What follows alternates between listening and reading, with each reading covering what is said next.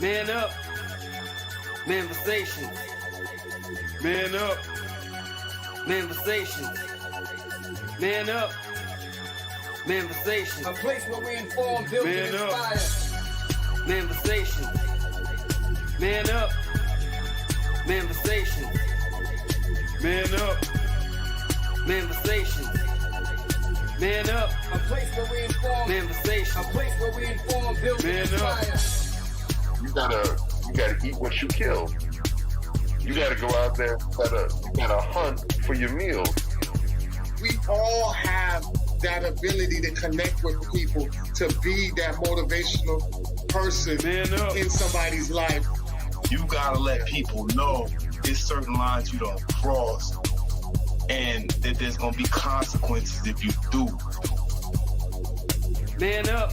If you are an adult and you are in a relationship, that person's emotions are not your responsibility. Man up. Manversations. Man up. Manversations. Man up. Manversations. A place where we inform, build, and inspire. The devil, during slavery, destroyed the masculinity or manhood of the so-called Negro. No man. No man. Right now you got to be trained all over again to be a man. When someone is obligated to do something, it is binding upon them to do it. And failure to do it causes reaction. Man up. Position make you rich? I don't have that type of richness. My richness is life forever. If that people knew that glorious path, if that people knew that glorious path, if that people knew that glorious path, then they would be more inclined to respect themselves. I'm not saying I'm going to rule the world or I'm going to change the world, but I guarantee that I will spark the brain that will change the world. And that's our job, is to spark somebody else watching us. A place where we inform, build, and inspire. Manversations. Man up. Manversations. Man up. Manversations. Man up. A place where we inform. Manversations. A place where we inform, build, and inspire. You want to tell me about yourself? Go get your friends. I'll tell you who you are based on who your friends are.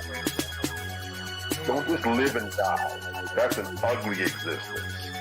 Make your life matter, make your life count. Live a life where people can actually mourn you for the things you left behind, not just because you were around and existed. We need strong black nuclear family. Yes. Yes. That's what it is.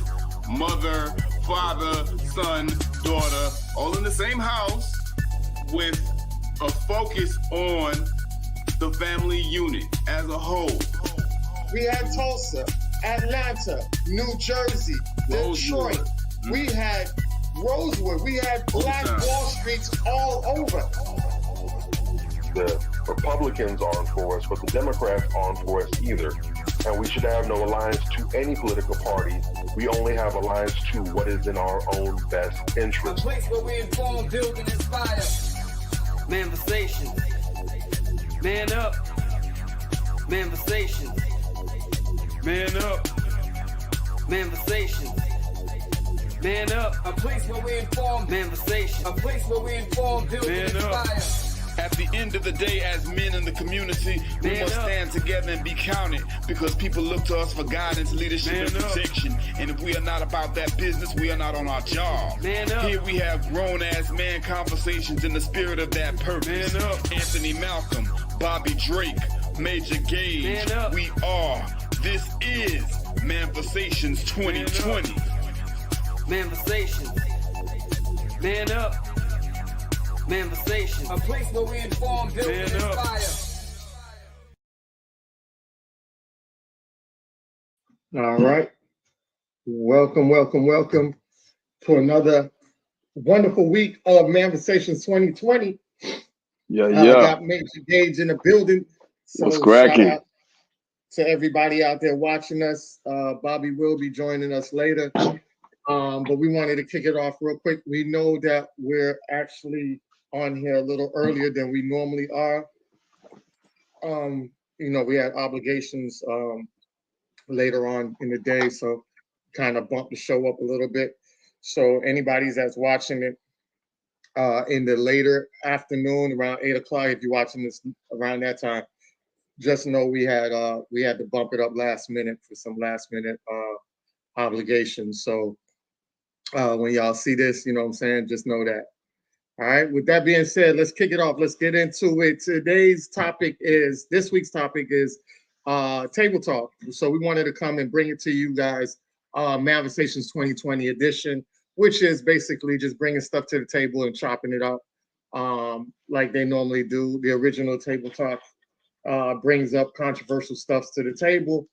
We wanted to do something similar, but in our own way, because that's just the best way to do it, right? We can control the narrative in the best form and fashion that the narrative should be controlled and also be told in, because we don't use filters, we don't sugarcoat anything over here. We tell it like it is. A lot of times people have platforms and they pretty much sugarcoat stuff just to put up numbers, likes, and follows. We don't do that over here.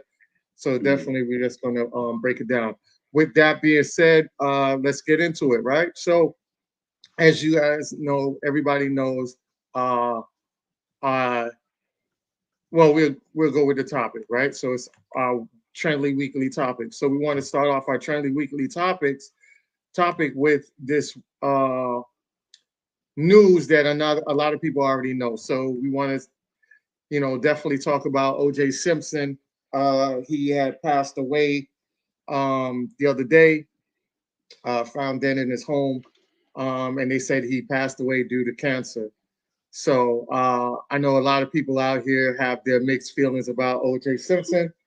The racist individuals and people out there, they are happy that he passed away, because this man went to trial and had a non-guilty verdict, and they were very, very mad and salty about that since the time it happened. And I think that was in the 90s. So you're talking about from the 90s to now, these people had a lot of vendetta and animosity towards O.J. Simpson because he had a non-guilty verdict.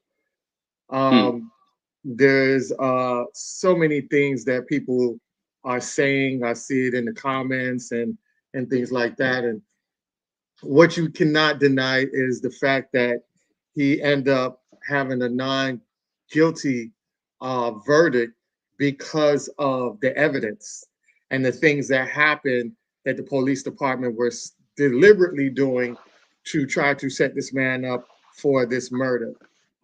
If you look at the evidence and everything that came out in the trial, the witnesses next door, everything was lined up for O.J. Simpson to prove his innocence, and that's what happened. What we have, the court opinion, is that we go in and we say somebody's guilty based on our emotional take about it, but we don't look at the facts and the cases of it and say, okay, based on the case, based on the facts, based on the research of the background of the restaurant and the background of other employees being missing and stuff like that. When you go back and you look at the stuff that is already archived, you start to notice things that definitely will presume a reasonable doubt, and that's what happened. All right. So it was a time in history that kind of divided the nation in a racial way, and it's still to this day brought that back up with the passing of O.J. Simpson. So definitely want to give a I say shout out as far as rest in peace, O.J. And that's just my take on it. I did want to ask Major, what's your take on that? I mean, it's exactly as you said, brother. Like, people, white supremacists in particular, they still salty about that, man. It happened so long ago. But I mean, this is what happens when you live in a white supremacist system. This guy was acquitted. You understand? And a jury of his peers, it was a fair trial. It was probably one of the most fair public trials, if not the most fair public trial I've ever seen. You understand what I'm saying? And that's the problem, because white people were killed and there was a black suspect, and racist white people. Racism is so prevalent in this country that white people are used to having their way racially. And even if justice is served, if what they think in their minds, if that narrative is not satisfied, then that's not justice to them. And we have people out here literally celebrating a man's death. Caitlyn, or whatever that is, Jenner, I call him Bruce. Bruce Jenner even had the nerve to be out here celebrating after he murdered someone in a car accident. You understand what I'm saying? And this is not speculation. This is factual, not murdered. I won't say murdered. It was an accident, but he killed someone and got off. You understand what I'm saying? He literally did kill someone. We know there is no speculation. So yeah, I think that's rich that he, of all people, and the other white supremacists, they're just up in arms, beside themselves, because they still got a bug up their ass about OJ, going free. They had a problem with OJ being with Nicole to begin with. They didn't like this big black Negro with this, innocent, in their minds, this innocent white girl. You know what I'm saying? It really bothered them. And so that's why we have this dynamic. But, this is what they do. This is what they always do. There is no such thing as justice to a white supremacist. And we have white supremacists literally all over the place. When you can't accept a verdict of justice, a verdict of innocence, when it has been proven, it has been proven that people planted evidence against this man. You understand what I'm saying? And you still just won't accept the verdict and let it go. They've been harassing OJ his entire natural life, and now even in death, they want to celebrate the man's death. That speaks volumes about the type of people that we're dealing with when we come to these racist, despicable white supremacists. It's sad. And I want to specify, this is not necessarily white people. I'm specifying this is white supremacists, and all white people are not white supremacists, but there are so many. It's very unfortunate, and it creates a very difficult dynamic as far as getting justice as a black person in this country. Very unfortunate. I say to OJ Simpson and his family, as you say, I say, OJ Simpson was a legend. You understand what I'm saying? And he has some very unfortunate occurrences in his life that made his life more difficult than it had to be. But it is what it is. OJ Simpson, unfortunately, had this hankering for, being up under white folks. He just really, really loved being up under white folks, namely white women. And that created a problem with white people, because white people don't care for Negroes who like to, I'm speaking broadly, not all white people have a problem with this, but too many white people do not care for Negroes that like to be up under white women. Yeah. And so, because of that, he became a target his entire life. I wonder, thinking back, would he do it all again, and was it worth it to him? Was it worth it? You dig? Like, because it was just so much at the end of the day. But those are my thoughts on it. It was crazy, but I'm not surprised. I'm not surprised at all. No. Yeah. Definitely. Yeah, so the lady you were talking about that he killed in the accident, can't remember her name. I did give her a shout out as far as rest in peace, and hope her family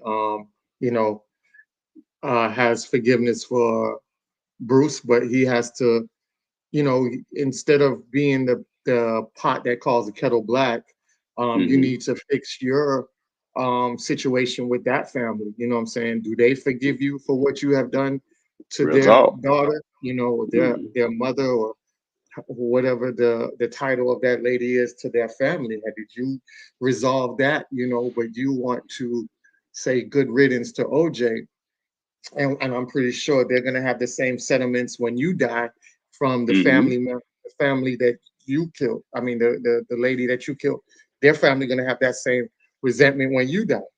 Real talk. So, you got to worry about that and not focus on other people. Everybody has their own thing that they have to live up to and have to account for and things like that. You got to worry about the things you got to live up to and account for as well. And, it's so crazy that we have all these racists that's out here talking this talk, but then nobody campaigned for this lady to go to jail. All the racists were up in, you killed Emmett Till. She was the reason who she killed Emmett Till based on a lie. And she could have stopped it. She could have stopped this man from being killed, but she amped it up. She amped it up to the point where he got brutally killed, which was one of the most brutal beatings and killings we had in U.S. history. And when she was being held accountable, a lot of people wanted her in jail, and I didn't see the racist whites saying, no, y'all was defending this lady, and she. It wasn't anything she had to go to trial to say that was allegations. She was the one who caused that man to get jailed. So she was guilty from day one.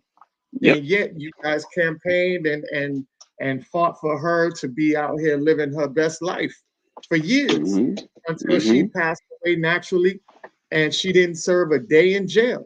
So people that's out here doing the murders y'all campaign for, and people that so-called accused of murders, you guys wanted to jump in jail.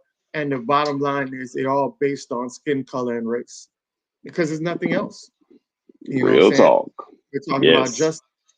Also, I wanted to talk about Oprah Winfrey. When she read the verdict on her show, this was her face.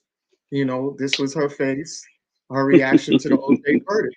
And she came out and said I think it was not too long before her show blew up, but she also said that she wished she was white.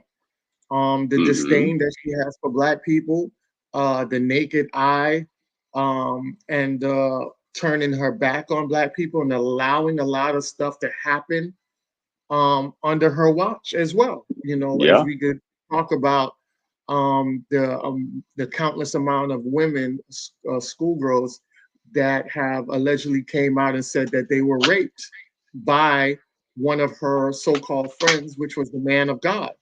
And he got sentenced for a long time, and she never did any type of interview on him or anything like that.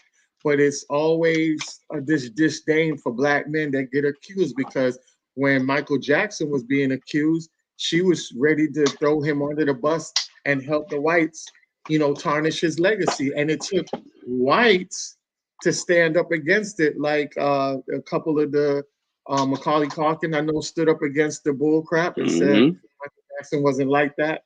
And it's another young guy who's been exposing pedophilia, and he stood up. I think his name was Corey. I think Corey Feldman. Are you talking about Corey Feldman? Yeah, I think so. I believe that's him. Yeah, and he stood up and he was very adamant. And he didn't hold he didn't hold back on anything. He was very firm about Michael Jackson was one of the nicest guys he ever been to, and he talked about all the demonic people that we look up to that was in the industry that was preying on him and other children. And we just now seeing the Nickelodeon coming out exposing a lot of that.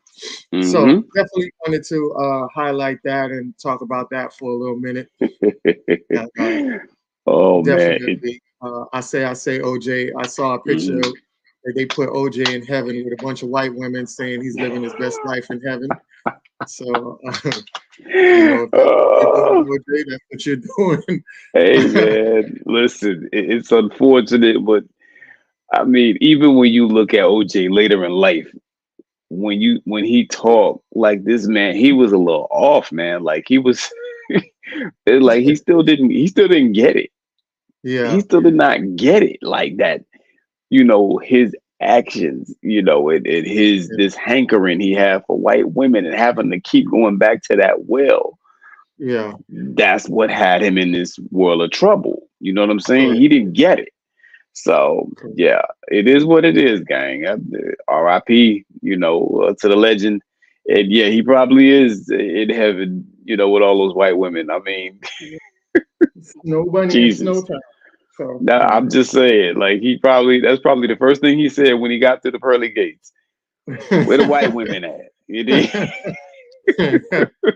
Hey, Oh, you can't make this shit up. You can't. So definitely want to say what's up, Bobby, joining us. What's going on? Pleasantries, gentlemen. Pleasantries. What up, boss player? Still drinking his coffee and stuff like that. Definitely. I did want to get into Taraji P. Did you want to say anything about OJ real quick, Bobby? Definitely want to give my condolences to OJ. I never believed that he was actually guilty of it, or I accepted the verdict straight up when he received it. And that's when I was younger, because just knowing the circumstances behind the case, and first and foremost, during that era when LAPD was still known as being arguably the most racist law enforcement agency in the country, for a black man to be public enemy number one of that high profile celebrity black man to be public enemy number one, and to still manage to skirt them people. That all by itself is the greatest case of innocence there is. I mean, he was dead to rights. But then when I got older and I started looking back at some of the details about the case, man, or around the case, it's crazy how there were much more likely suspects for that murder than OJ. And again, law enforcement completely turned a blind eye to it. They didn't even consider it because they wanted it to be OJ. They didn't want to catch who was guilty. They wanted it to be OJ. Real talk. Again, we can't say with 100% certainty that our brother didn't commit those murders, but the very fact that the justice system failed and refused to do its job because they just had a hard-on for this man, that to me is enough to say that he didn't do it and that the real killers are still out there. So I'm glad that he didn't end his life behind bars. I would say the latter portion of his life was a lot greater. I know that Cameron and Mace and Treasure Wilson, they went ahead and reached out, and he was actually a contributor for a couple seasons on It Is What It Is. And it was great seeing that side of OJ. He's a very humorous guy, great, funny individual, very knowledgeable. And they also released a lot of gems, man. The record books don't necessarily reflect it, but O.J. Simpson is truly a legend, not just a Hall of Famer. He's a legend in the football game. That man broke records back then that don't even make sense now in the current era of football. That boy really he is the gold standard for running backs out there. Yeah. And with the limited platform he had, he definitely made himself an advocate for football players, running backs in particular. So I'd say the latter portion of his life was greater. He had a lot of love. He felt that, and I'm glad that he went out the way he did. So rest in peace to the Juice. Yeah. I really did wish that OJ really was more involved in the black community, because I love the interaction he had with Cameron and Mace on their show. It was actually a funny episode. But I wish we would have had more of those elements.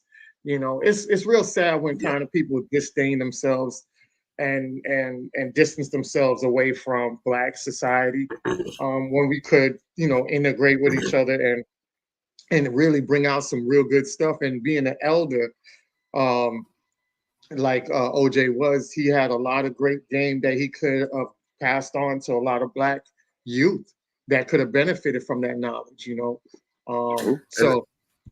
it just goes to show that ultimately, in the end, we all we got, but we also all we need. At the end, they couldn't get him. They finally got him on some charges that weren't even close to what he got for originally, and they trumped those up.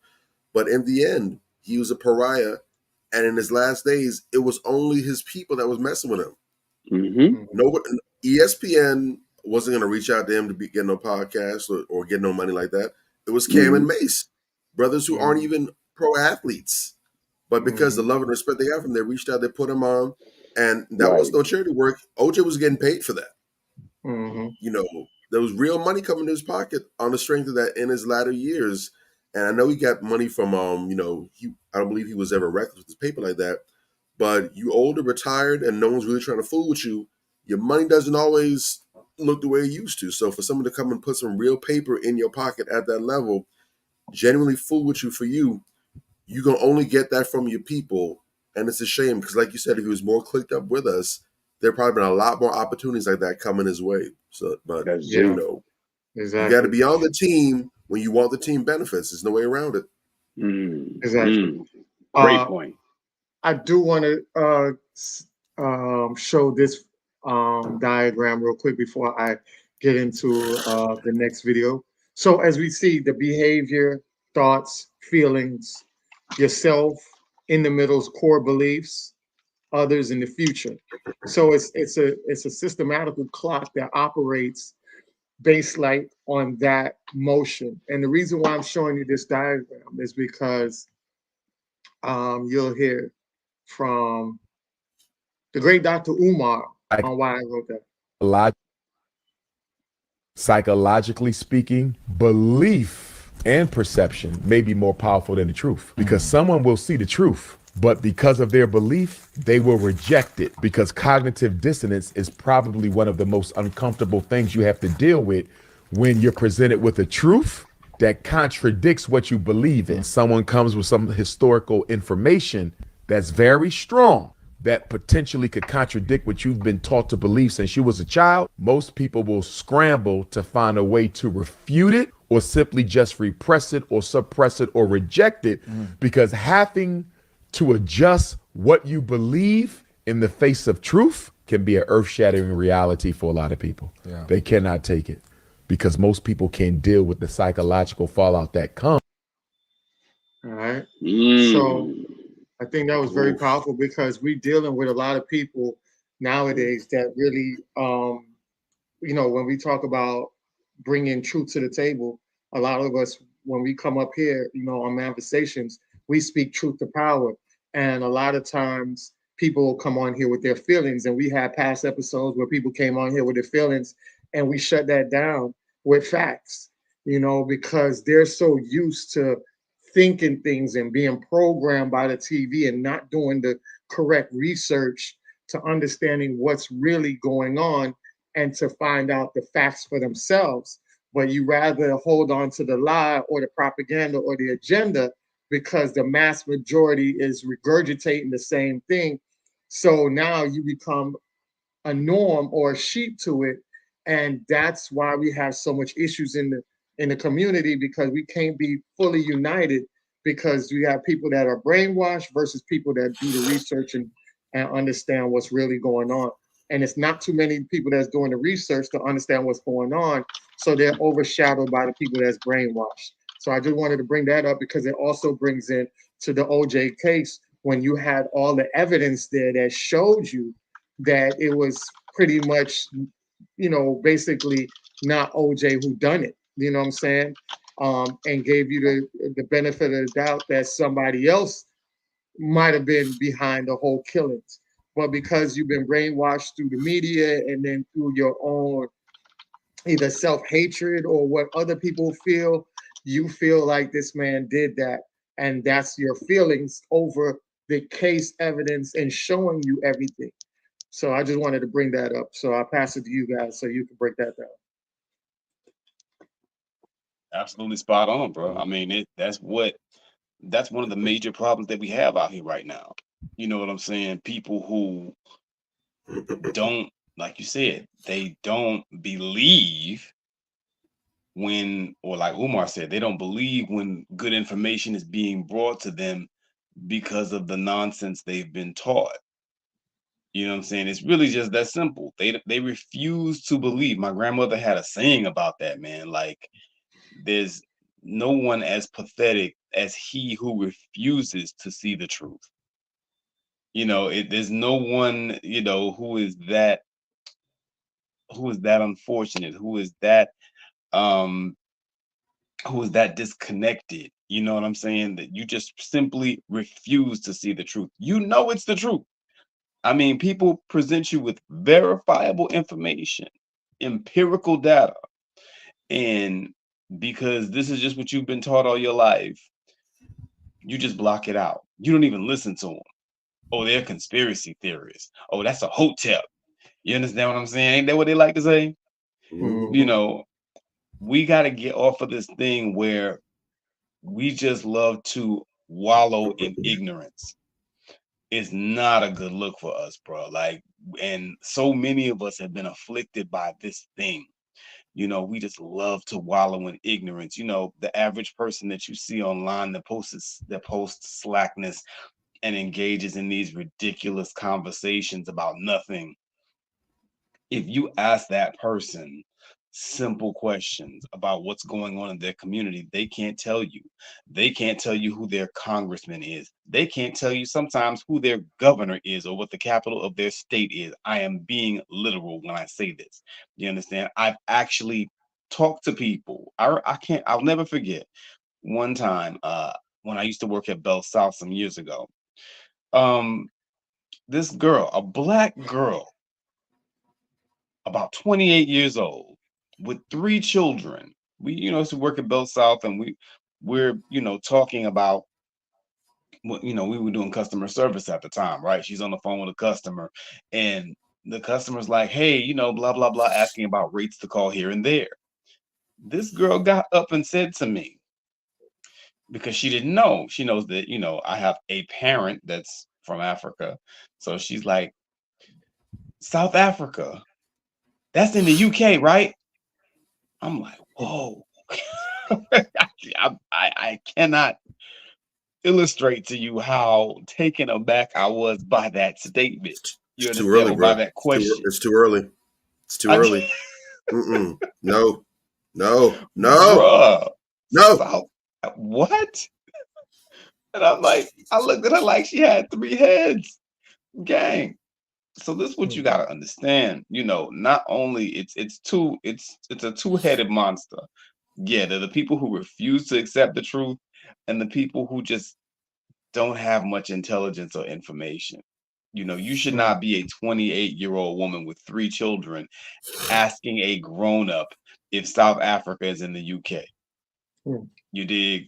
So, we have there's a disconnect with information, just generally speaking, things that we will accept, things that we refuse to accept, and just what the norm is. And we're not going to elevate or get to a better space if we're not more open-minded and receptive to the people out here who do have the information. If we're not receptive to that MANVERSATIONS2020s of the world. I say it all the time on here, like, don't just tune in. Don't just listen. Get the information, internalize it, and do something with it. Act on it. You understand what I'm saying? Because it's just pointless if you sit here every week and we give you a lot of gems and you hear some stuff and you feel good about it and you don't do anything to improve yourself or improve your standing in life, whatever the case may be. It's kind of useless. So that's what I feel about, what Umar was saying about what you were saying just now. You got a lot of people out here who are just moving in a useless capacity. They're not going to grow. They're not, it was unfortunate that that sister said that, asking about South Africa being in the UK or whatever. It was kind of ridiculous that, she thought that. But you know what? If she would have at least been a person who was willing to learn, and put something in her head, something between her ears, it would have been different. But what I noticed is every time I saw, this is when reality TV had first come out. Every time I talked to her, she was always talking about reality TV. She was always, trying to go be a video host somewhere. You understand what I'm saying? She had nothing on her mind, is my point. And if you're going to be that type of person, you're going to be very limited in life. And it's very unfortunate, but we got a lot of us out here that's on that. I always say stupid in, stupid out. you know, and we really need to correct a lot of narratives. It's very disturbing what Umar said, you know, but it is what it is. You know, we have a serious problem with that. Mm-hmm. And I'll land my plane there. The reason why facts don't change people's opinions is because people gather, because people don't base their opinions on facts. They base their facts on their opinions. I make it a habit every so often, probably once a quarter. I probably need to do it more frequently than that, where I ask people, what do you want? Do you want to be right or do you want to be correct? Because a lot of people just like to be right. You know, they want to win the argument. They want to win the debate. They want to get the last word. I said what I said. La la la la. They want to shout you down. They want to cuss you out. They want to, hit you with the sign language, the shaming, the insults, the guilt trips, the need to be right, all that nonsense so they can be right. But they more incorrect than two left pairs of shoes. Mm-hmm. And they're perfectly satisfied with that. They don't care that they're out here looking a whole dumbass like her talking about South Africa is in the UK somewhere. They don't mind that. They just simply want you to go ahead and be a yes man for them and just big them up. They have no concern whatsoever about how they're out here looking, how inaccurate they're in. And the scary part is they are perfectly content with navigating the world in that fashion. Whereas if you value being correct, you understand that you might not always be accurate all the time. You might be off, but you gravitate. It's like a compass. You're gravitating to true north. Wherever the accuracy, wherever the facts are at, that's where you're trying to be. And that's how we all should be. But, you have to be mindful of that, because when you understand, just based on that right there, that we don't always operate in the same reality, then you understand that what Dr. Umar said is absolutely right. Belief is very powerful, because if you're operating based on a certain narrative that is in your head, and you see these a lot, you see a lot of evidence of this when it comes dealing with faults of the past or dealing with parental customs, whatever, especially when dealing with the whole spanking narrative, whatever. So, whether you're for or against spanking is irrelevant. That doesn't matter. It's an old debate. Oh, you think spanking is something that should be done, or something that shouldn't be done? That's irrelevant. What's really telling is the way that these conversations play out, where you have people that are unwilling to even hear anything contradictory to the way that they were raised and the narratives that they tell themselves. So you can present evidence or findings that are recent from child psychologists, from clinicians, psychological surveys and studies that have been done over multiple decades, and they'll say, well, we determined that spanking does X, Y, Z, that's negative. And because in people's head, the narrative is, well, my mama used to spank me, my daddy used to spank me, I love my mama, I love my daddy. So if you're saying that spanking is wrong and bad, that means you're saying my parents are bad. And they just bug the hell out. And it would be funny if this doesn't happen all the time. You're simply saying that this method doesn't work, but because mama did it, daddy did it, grandma and grandma did it, and I know they love me, people will go to the ends of the earth to prove that not only is that this just perfectly fine, but the basis of the argument as well, because I turned out fine. And in some cases, these people making these advocacy statements did not turn out fine. That's the other funny part about it. Mm. But because they're so hell-bent to protect something completely otherwise, they want to protect the image they have of their parents. They want to justify the way they are as a human being. They will wild out. And now you all essentially having two different arguments. You're discussing exactly what's presented on paper, whether spanking is beneficial or not, whether it's something that should be used or not. And these people are literally treating you as if you attacked or demeaned their parents, or that you're saying they're screwed up and that they're degenerate people. But these foundational beliefs, when you get to these core ideas and beliefs about how we see ourselves, how we were brought up, the things that matter most to us and shape us, our identity, you'll see that people have a very difficult time of letting go and changing. They don't want new information. They don't want to grow and say, okay, well, let's do this better. Let's advance this, or let's do it better for our children. Yay. And one thing about this generation, I will say, is I've seen, not a huge one, but I have seen an increase towards people wanting to try and do things better than the old generation did. I'm not sure if that's just a deep desire to try and outdo them, or to try to not live in their shadow, or if it's because they're generally looking for better ways and practices of doing things. But I am seeing that to an extent. But there's a lot of people that are too clingy to what was, and would rather hold on to a tiny pebble than go ahead and get themselves a big old fistful of gold, because they're too rigid and too caught up in what in what has always been. And that's not possible to do. Well, you can't operate that way if your goal is to do things that break generational curses, right? We talk about how we want to break the cycle, whatever. In order to break cycles, in order to break generational curses, you're going to have to take some hard, difficult looks at the way things are, some uncomfortable practices.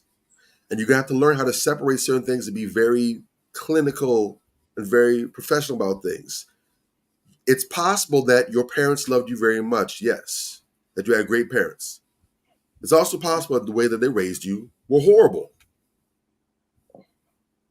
You can give them grace and say they did the best that they could with what they knew, or based on the circumstances, they gave me everything they could, while still acknowledging that they failed you miserably in that regard. And it doesn't mean that they don't love you or that they hate you, but we have to learn how to be more flexible in our attachments to certain things. And I'm just using parenthood and upbringing as common touch points. I think we've probably all seen a lot more of those conversations about that, so it's easier to get some examples from our own dealings with people. But period, these attachments that we have to old, rigid ways of thinking and beliefs, if you're really serious about personal growth and development, becoming the best version of yourself, you want to be the best Anthony, the best Bobby, the best Rashika, the best Taylor, the best Jordan, the best whoever, the best version of yourself, you have to learn how to at least consider other possibilities. Doesn't mean you have to jump on them. It could be that what you've thought or how you've been doing things is the best way so far, but you have to be flexible and at least consider that, hey, you know what? This might not be locked in stone, and willing to, if a better idea or a better perspective comes along, to jump on that, because at the end, it's not about holding on to the days of old. It's about getting to the best place for where you're trying to get to. Real talk. It's about growth, man. Definitely. You can't grow if you're this person in this place. You can't ever grow. And what do I keep saying? If you're not growing, you're what? Dead. R.I.P. Yeah. Get in the casket and stop playing. Real talk. Exactly. And I think when it comes to mentally growing, I think a lot of times it really shows up a lot in our relationship list or requirements, right? I think we have really grown in a way of delusion versus in a way of factual. Like even when you have, let's say the women are looking for men that make X amount of dollars. Well, statistically, men don't, on an average base, aren't making that type of money. And I want to get into a video that really breaks that stuff down. And shout out to this dude. And I've always given this guy credit because I think I don't like the platform that he's on, but I think him and we had on our Manversations, we gave props to Keita. That's another person that's been added to that platform, but I really don't like everybody else that's on there. These are the two that I like, and I think both of them are clinical analysts, meaning I think they do clinical work. They're professional clinical work, and that's why their minds and everything that they spew is pretty much on point. So I definitely want you to hear this. I think anybody dating up here is dating above what they willing to embody. I think a lot of people out here are asking for things that they not willing to embody. You know what I'm saying? Like, oh, it's a lack of qualified men. Like, you gotta have the money, the emotional availability, the emotional intelligence. Like, all right, cool. Do you have all that too, though? Like, nah, just on some cool shit. Like, because the stats say likely no. The money that men are being asked to have now, statistically, most Americans don't make. So I know most of the women asking them to have it also don't got it. That's why, like when Ace earlier was saying, like, Shorty, you make 65 and he make 40. It's not that big of a difference in how y'all living, especially if your income to debt ratio ain't straight. Yeah, because you got hair and nails, and that is You know what I'm expensive. saying? Like if your spending habits not in, so it's like you punching down on who are actually right inside your range. You feel me? Like you think you too good for some that you standing in. You feel like be realistic about what you need, what you want, and cut the superficial out. Like the superficial is extra, bro. Like what partner do you need as a human being? And go find them. You know what I'm Yes. So he broke that down. Yo, yeah, what he said. All that guy's pretty thorough. He's pretty consistent. I've only seen him pander like once or twice. Mhm. And you know, for me, it's all or nothing. You know what I'm saying? So I even have when I see that, I still gotta call it out. But that guy's thorough. You know what I'm saying? Yeah. He's thorough for the most part. Dude, the delusion is real out here. You understand where I'm coming from? It's real. And particularly, yes, when it comes to women, you know, we talk about dating and relationships a lot, but bruh, really and truly at the end of the day, right now, because there are moments, right? Back in the early 2000s was a moment where us as men, I don't know what we were doing. You understand what I'm saying? We was walking around with our pants sagging. Like I'm talking about a good portion, if not most of us, a very healthy portion of us. Our pants was sagging. We had teardrops tattooed on our faces. We was convinced that we was gonna be thugs for life, and that was just the career to have. We had a problem. You know what I'm saying? It was like a window, I want to say from like 2000 to maybe 2005 or 6. And then we kind of snapped out of it. You dig?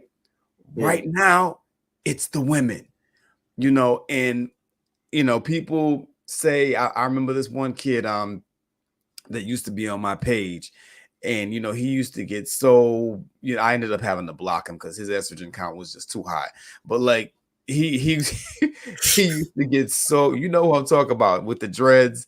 He, you know, I'm not even gonna say his name, but I mean, this guy, you know, he used to really just, he was such an advocate for women that he would, you know, kind of act like a disgruntled woman. You know, when you put a post up, he would get all in his feelings and start talking feminist bullshit.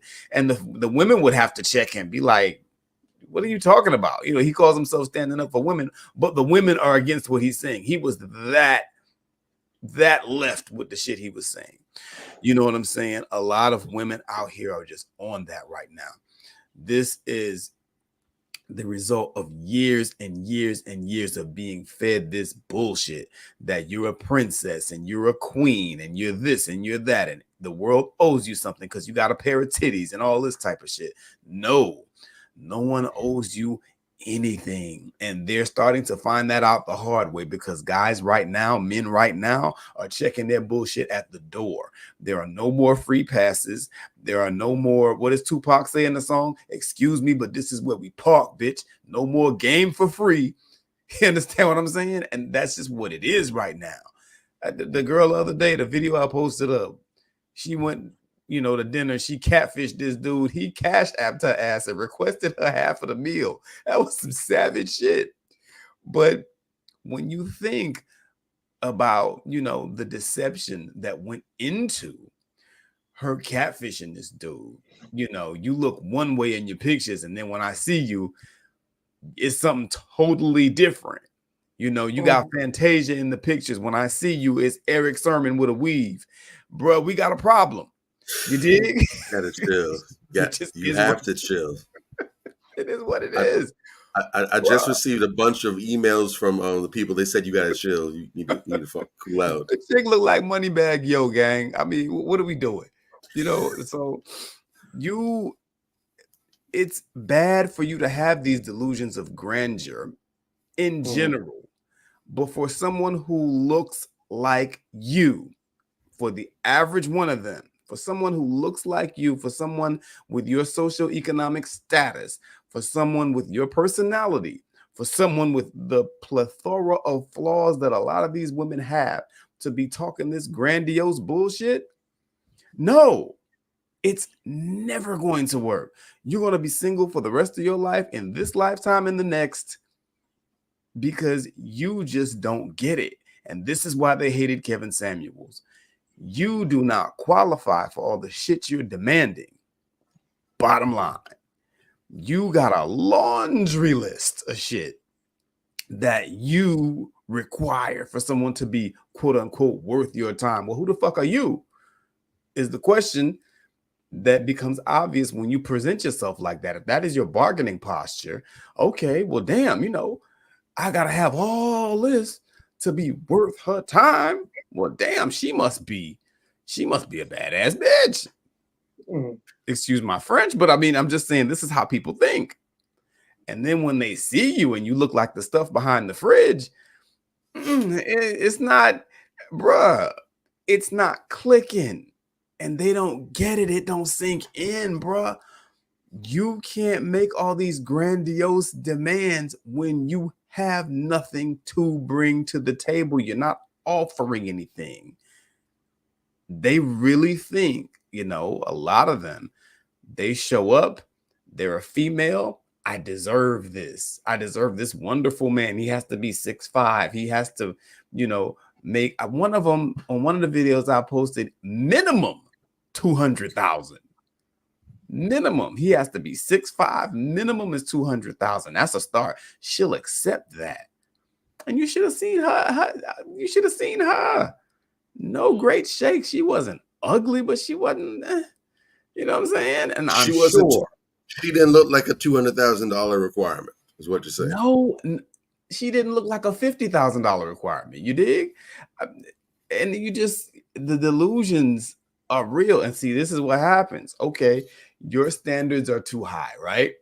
So a guy meets you and you got all this stuff. He's like, okay, this chick is dumb. Might as well just get what I can get out of her and keep it moving. So he's already got in his mind when he meets you, based on the idiotic bullshit that you're spitting, I'm just gonna hit it and split it. I'm gonna smash and dash because this girl is dumb. What she's saying doesn't make any sense. And then, now they get into another space where they're so angry because guys keep doing that to them. But what they don't realize is you're not really giving the guy much of an option. And I'm not condoning guys just smashing and dashing on women. I'm not condoning that. But if you want to avoid that, you as a woman need to have more realistic expectations of what is out there and what can work for you. If you're making 50 and he's making 50, you guys together are making $100,000 a year. You understand? You need to think more like that. If he's paying the mortgage, damn, I can pick up the utilities. You know what I'm saying? I always tell people, the way that you position yourself coming into a discussion or into, some type of bargaining, your bargaining posture has to be one that is conducive to finding success in the deal. That's what it's about. It's about winning. If you can win, and this is why women of other racial groups, this is why they're winning. And unfortunately, Black women are losing. I don't say that to belittle or degrade Black women. I'm saying that because I want my sisters to win. And in order for my sisters to win, you're going to have to get a better grasp on reality.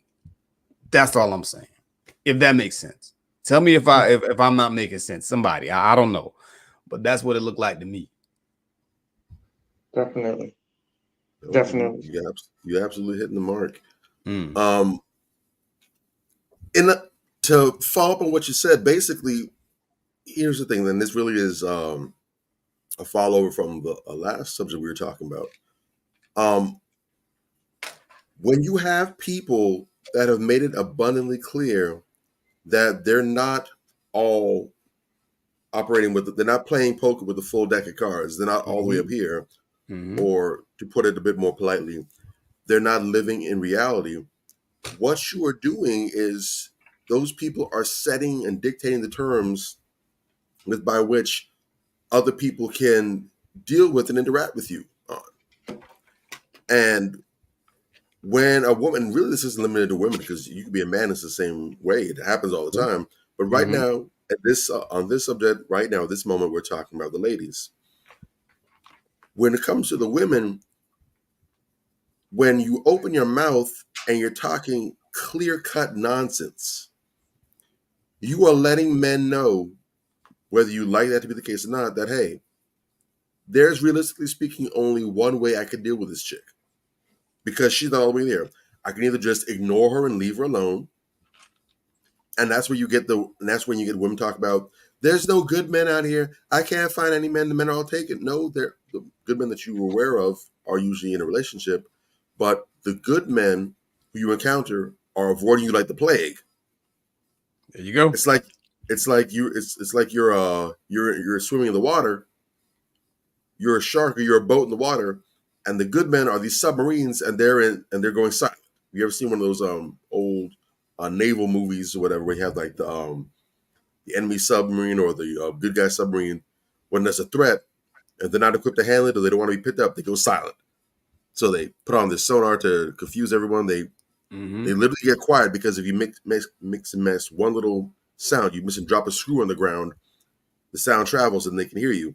So when the good men hear you, they go silent. Let's hope she doesn't see us. Well said. Well said. So you are giving the men that option, and then the men who aren't nearly as considerate, they're saying, well, clearly she ain't good for a long time. We'll get a good time out of her. And that's when the usury comes into play. And like you said before, we're not condoning this. We're not saying this is what should be being done. But again, you are setting the rules of engagement. You're not giving decent, solid men much of a choice when it comes to how to deal with you and how to handle you. You're just not. So you are creating this reality that you don't actually care for, because you're not living in the reality that is actually fixed and governed by what is. You're operating based on fairy tales and all kinds of mythological nonsense. And it only makes sense in your own head, which is why you're not seeing any results out there, because you are expecting the world to abide by the rules for the world that you have created for yourself, but nobody else has signed on to that. You can 1 + 1 is orange all day long. You can go into math classes, you can go to the bank, you can do accounting, you can do all kinds of whatever that involves money and counting and accumulation of numbers, whatever. You can keep pushing it all day long. But if you insist and are hell-bent on saying, no, 1 + 2 is orange, you're not going to be taken seriously. You're going to miss out. You're going to get screwed over. You're going to get taken advantage of. And what typically happens anyways, the same thing I'm talking about. Well, she don't know what she's talking about, but we're going to go ahead and take it for a ride anyways. That's exactly what's happening. Exactly. And it doesn't have to be that. The tragedy is that it doesn't have to be that way. That's what the sad part is. It doesn't have to be that way. Real talk. But if you insist, if you are hell-bent on saying this is how it has to be, we're not going to do any different, it is what it is, deal with it, well then, you've made the bed, now you got to lay in it. Real talk. Definitely. Y'all made some good points on that. I think like when it comes down to it, if we're not being honest with ourselves, we miss the bigger picture and we miss the bigger person. Because if I'm being too delusional, and I overlook somebody that probably crossed paths that could have helped me out on a level like no other person could have. So you miss that ship. They always say you miss the ship that's sailing by. And women always, from a biblical perspective, a lot of women say, I want Jesus to send me my man. I make prayers for Jesus to send me my man. That's why Sierra's prayer was so big, because that's what women rely on, prayer, right? To bring you what you want.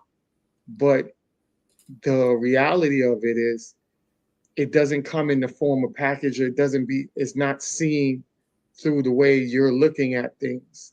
Sometimes your biggest blessing comes by being open-minded, using your mind more than your eyes. And I think a lot of times when you look at the women, and guys are delusional too. When you look at people that are very delusional, they miss out on a lot and complain the most. And they're complaining about stuff that is an easy fix, but they make it seem like it's way bigger than what it is. So I definitely agree with you guys on that. And I definitely want to show in this video. I want to take it to, because we've been getting so heavy with it. I want to take it light, right? And I want to bring it to the workplace. So how many of you guys ever worked at a place where you brought your food? Y'all ever did that? Yeah. Oh yeah. Most Plenty. definitely. Yeah. Mm-hmm. Y'all ever had the experiences of somebody eating your lunch? I've never had that shit. You never I had? haven't, but it's funny. I've actually had this conversation a couple times with some coworkers the other day. Funny enough, Yeah. And it's long story short, but some real funny situations. People got to watch your food they touching, because the next meal you eat might be a knuckle or kneecap sandwich. So Yeah. everybody ain't playing with you out here. So right there. I've heard so many stories. I remember I was dealing with an ex, and there was a situation that went on with that as well. Somebody kept eating her food and stuff like that. And I was like, man, look, hey, eating somebody's food can be dangerous, because you just don't never know what the next step is. So I want to show you this video and show people how dangerous it can be eating somebody's food. All right.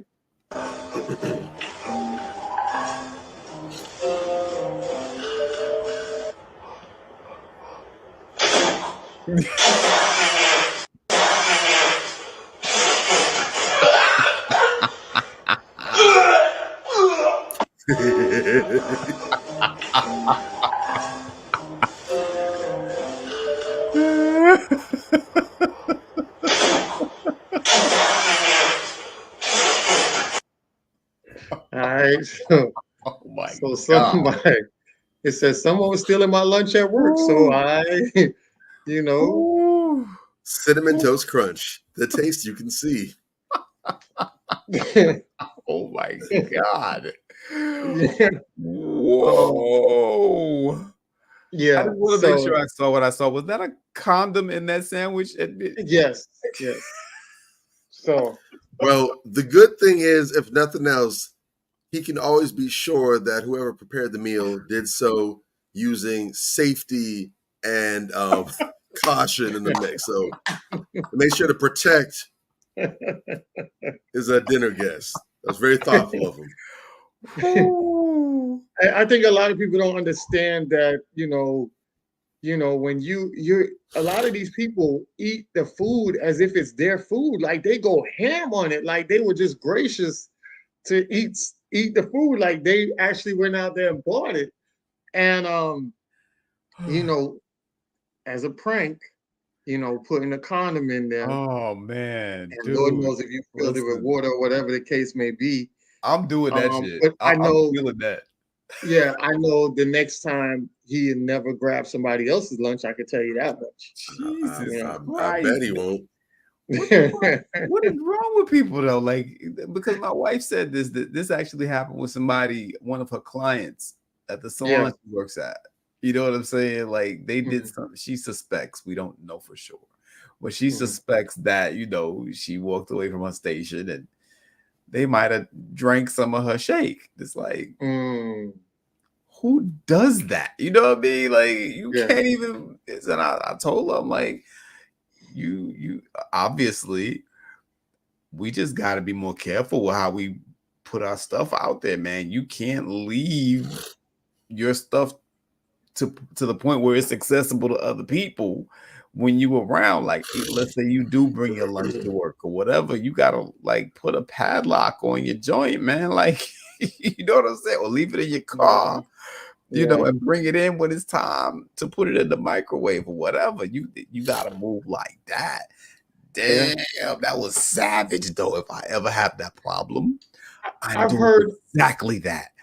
yeah, I've heard other stories where they were trying to find out like who was eating this and nobody wanted to admit to it. So the person went Never. and put laxative in it, and that's how they Mhm. found out, because that person who ate it was going to the bathroom heavily. You know what I'm saying? So that's how they found out. So you know, you're playing with danger when you messing with somebody else's food. You know, either ask them, bring your food, ask them, or just starve till you get home. You Bring know, your but own don't eat damn nobody's food. food. Yeah, don't eat nobody's food. Bring your own That's damn just food. But on a more deadly note, because I mean, I not that one, but I have heard about that one, the laxative.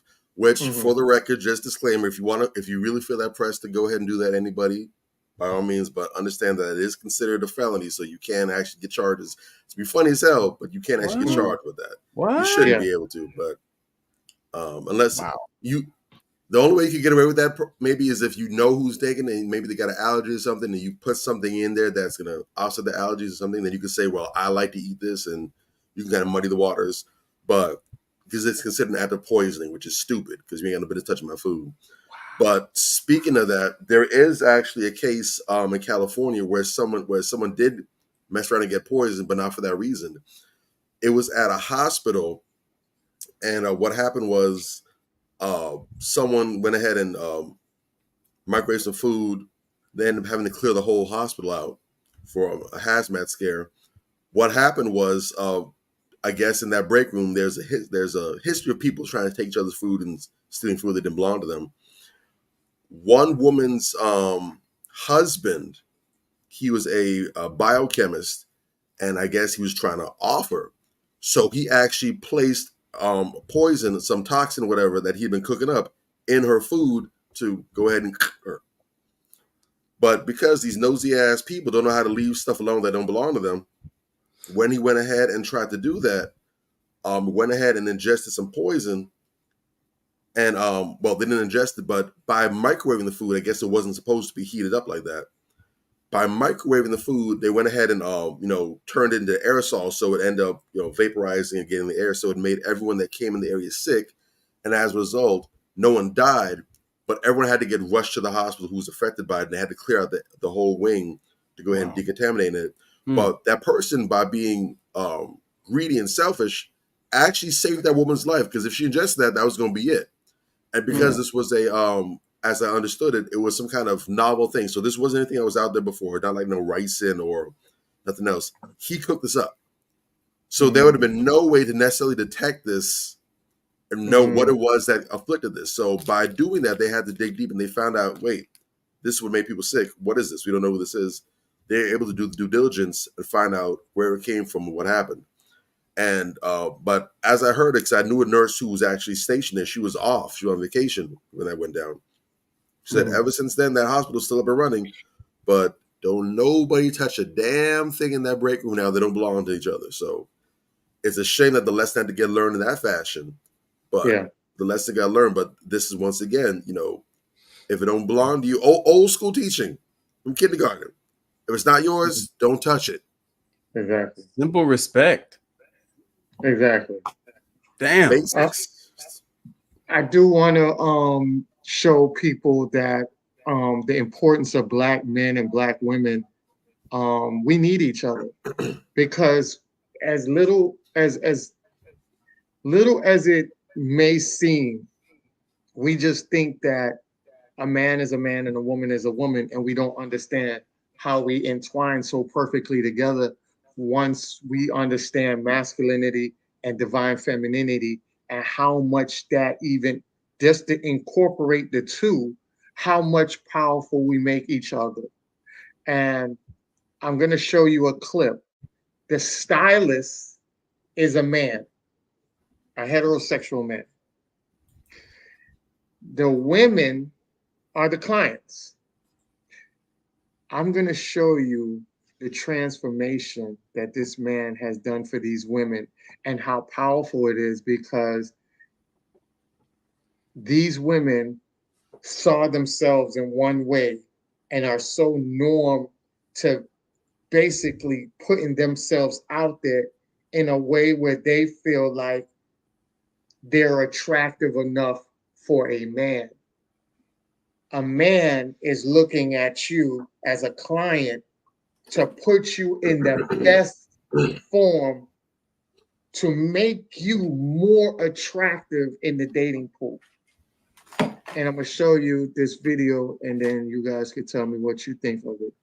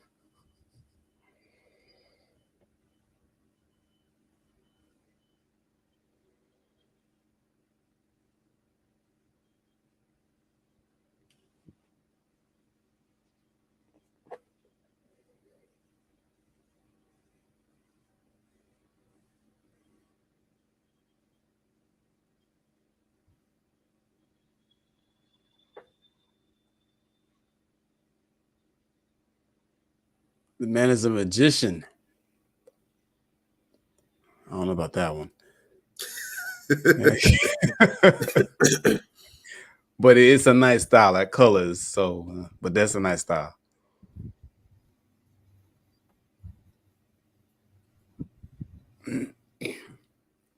Oh shit.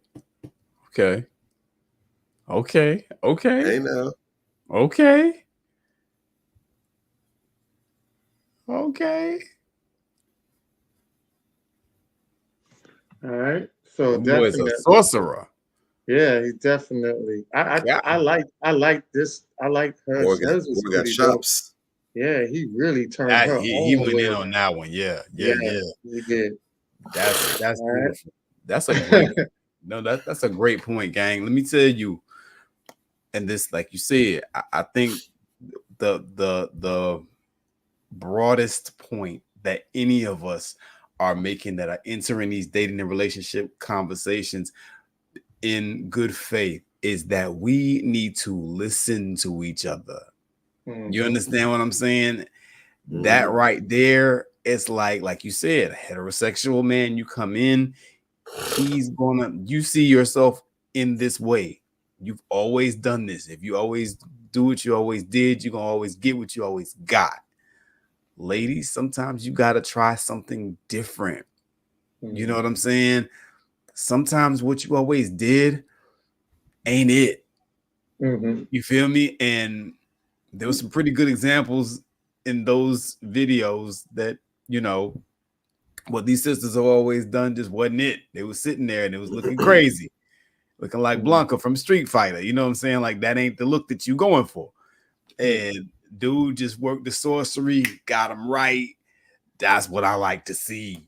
And the sisters were so happy. And it's like sometimes you just gotta trust somebody to help you get to that next level. And like you said, and that applies, you know, in the dating and relationship conversation. A lot of times we got to trust that other person to help us get to that next level. See, women do it for men all the time. My dad, his girlfriend dresses him. My dad knows he can't dress. No shade. Shout out to my pops. I love my pops dearly, but he's never been that guy, you know, who puts himself together like that. So he tasks her with dressing him. You understand what I'm saying? She buys his clothes. She helps him put his outfits together and whatever. And men are pretty accepting of that when it comes from women. Women, not so much. You know, they're not very accepting of that when it comes from us. And that's a very good example of how, if they are, it can lead to something revolutionary. And I say this in the most grand context you can possibly think. I'll give you an example. Just the other day, we were having yet another thread where we're talking about women and weaves and wigs versus natural, right? And a few days before that, it was BBL's versus natural bodies. And women, I'm telling you, I have a video. I'm going to put it up on the page. If you go and you ask 20 random women right now, do men prefer natural bodies or BBL? They're all going to say BBL, or 90% of them are going to say BBL. Do men prefer natural hair or weave and wigs? 90% of them are going to say weave and wigs. And when you talk to the men absolutely, positively reject that shit. No, that's not what we prefer. You know what I'm saying? It's like, no, we prefer natural. We prefer natural everything. You know what I'm saying? Number 1, 2, and 3, natural is simply natural. It comes from you, right? You want a real man, but nothing on you is real. How's that working out for you? You know what I'm saying? But like, real talk, if we listen to each other, you know, a lot of these sisters who are out here that can't, like you say, we said earlier, I can't find a good man. Ain't no good men out here. No, the good men, I hate to say it, but I'm going to say it. The good men a lot of time are overlooking you simply because of the way you present yourself. Simple as that. You got a head full of weave all the time. Most guys that I talk to that are more evolved men, more quality men, 2 reasons they say they don't like that. Number 1, it's just not attractive to them. Or 3, number 1, they say that's not attractive to them. Number 2, they say it's because they feel like the woman doesn't love herself. And number 3, they don't want them teaching that behavior to their daughters. Okay, so it becomes a much larger issue than whether or not I say I like it or not. The men as a group are saying they don't like it. They're rejecting it. And instead of you listening to what the market is saying, you keep telling yourself in your head, well, no, they must like it because all the women's they like on Instagram got weave. All the women's they like in the strip club got weave and wigs. Those are women that niggas play with. You want to be a wife. You understand what I'm saying? You want to be exalted. You want to be married. You want a dude to love you. You want him to come home to you and be about you and only you, right? You gotta be what he wants. What's that? How does that line go in the old Negro spiritual by City Girls? Real ass bitch, give a fuck about a nigga. Okay, so this is your posture. This is the bargaining posture that you come into the deal with. You don't care what men think, then you wonder why you can't get along with men. Same thing for men, by the way. But the thing is, men do care what women think. In fact, a lot of times they overcare. You know what I'm saying? To the point where some men, everything they do is because of what they think a woman may or may not think. So men are not out here talking about they don't care about what women think. Literally none of us say that. But I find this very disturbing pattern with women where they think that they can literally care not about what men think on any issue, and they're going to get along with men. How that work? You know what I'm saying? And so here we are. You know, I'm not trying to beat up on the women. I'm trying to give you some game, because a lot of y'all are game goofy, and you need to understand that if you're going to get along with men, you have to first understand men. You understand how we think and what it is that we truly desire for home. Because y'all be talking about all this stuff that we like out in the street, but that's out in the street. After they throw them dollars at them strippers, they go home to their wife, and she don't look like them strippers. All right now, come on. Definitely. Facts are the facts. Yeah. You know, it's just not that there needs to be any more, but it's just more evidence on the table that, again, a lot of women are not operating in reality. They have this carefully constructed Barbie dream world going on. They operate, that they live in, these virtual reality meta glasses they got on. And it's completely contrary to the way the actual real world operates. And every time they hit you, it's like being blindfolded in your house late at night. All the lights are off, sun is down, it's midnight, you blindfolded, you walking around, you sleepwalking, and you telling yourself, it's a beautiful day out, I'm outside in the park, and every time you take 2 or 3 steps, you slamming your pinky toe into the bedpost. You're bumping your head in the door, you're hitting your hip on the doorknob, and you keep looking confused, like, why do I keep hitting to these things? Why does this keep happening to me? It's a beautiful day out, there's nothing around. No, mama. Wake your ass up, take the damn blindfold off. You were in your house 1 o'clock in the morning trying to get to the fridge to get some water. And you were hitting everything and anything on the way to the destination. And the crazy part is the minute you take off that blindfold, the minute you open your eyes, the minute you get with the picture, you will find that you will start getting better outcomes. I literally see women and heard from women who said that they used to be this way or that they'd never been this way, and how the minute they changed their mindset, they started getting the results that they wanted. Or that they can't relate to a lot of what the women are going through because they've never thought this way, and as a result, they've had better quality lives compared to those who keep on complaining. At what point does it become about you? And to touch back on what Ant said a little while ago about how the women pray to God for such and such results, I think I didn't drop it in the group, I don't think, but I should have y'all, where you had that sister who was talking about the relationship even, because again, how you do one thing is how you do all things. The relationship even that a lot of women who are Christians in particular have with God is the same way they are in the streets, is transactional.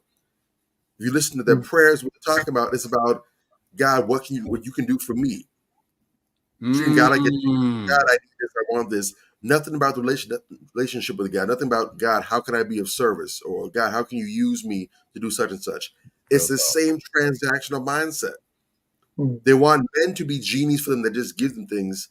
And God is no exception. They want God to be the same. God, give me this. God, give me the desires of my heart. I want this, that, and third.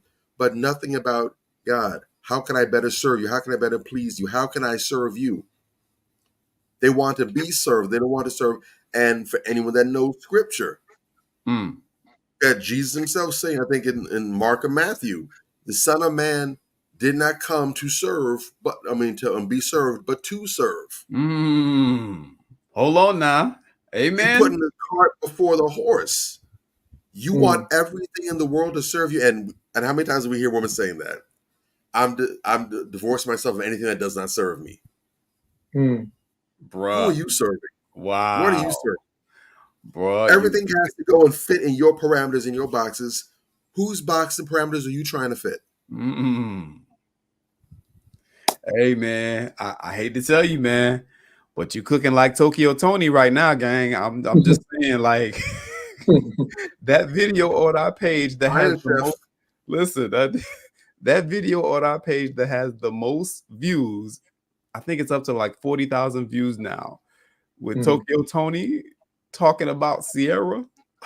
She said almost exactly what you just said about Sierra, how in her song, the prayer, she's talking about, Lord, send me this man. Lord, send me this man. Never, Lord, let me be this. Let me be. She never said that. It was all about her. And that, what can you do for me? That is the problem, man. This shit is so transactional and so selfish. Even in a transactional regard, you have to have regard for the person who's on the other end of the deal.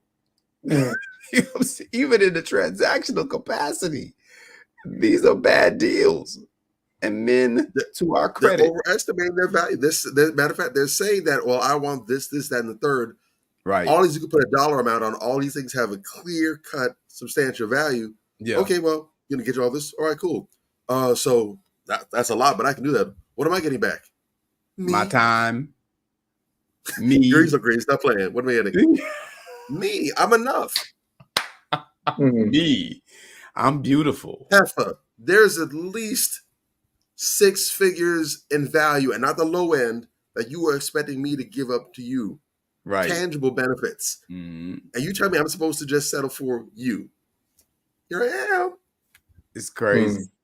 It's crazy. And men, to our credit, we are finally saying, nah, you stay your ass over there. This I'm is good, love. Enjoy. Yeah, man, I love it. The con, men have figured out the con.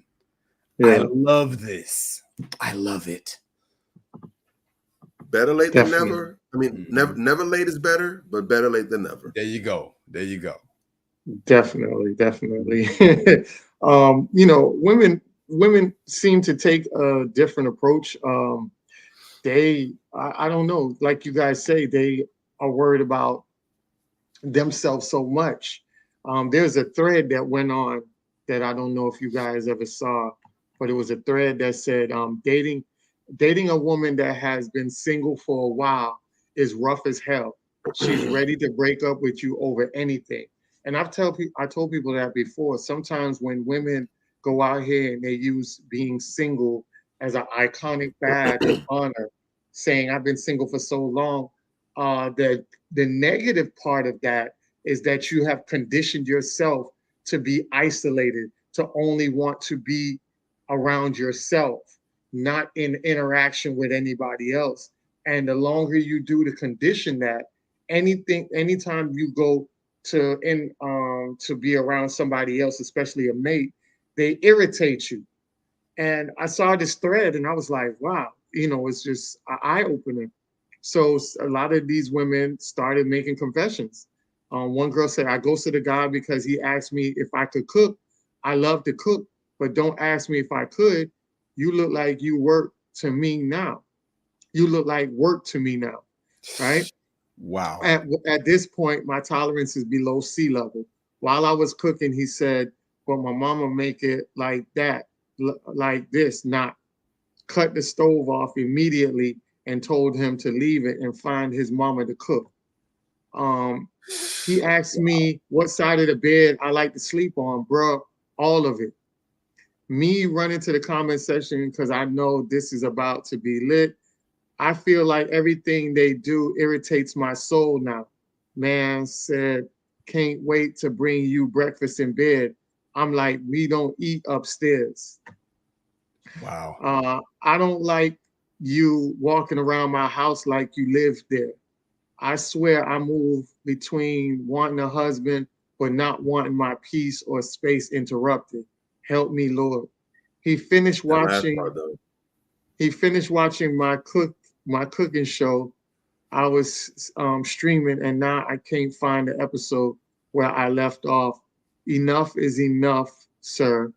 We give it our best. So a guy was watching the same show, finding the same interest. And because he didn't leave it back at the part where you left off at, you got irritated by that. And that was a deal breaker for you. I woke up to use the bathroom and he was in there. You interrupted my morning routine. We can't do this.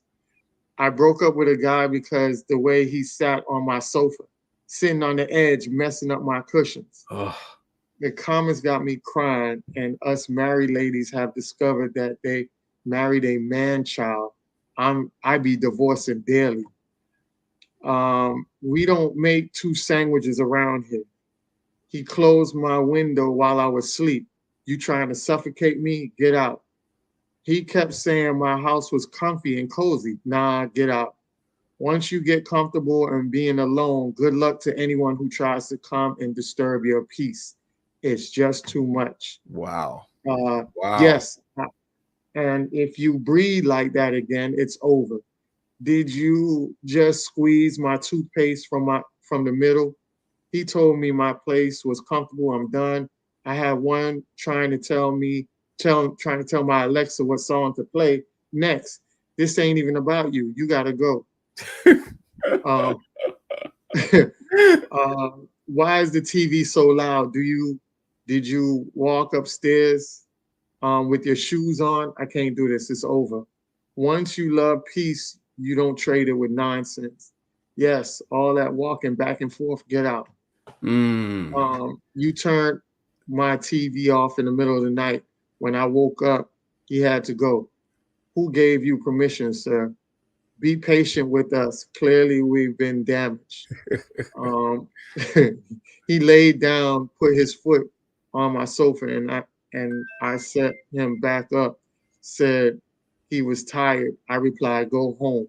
Wow. So Wow.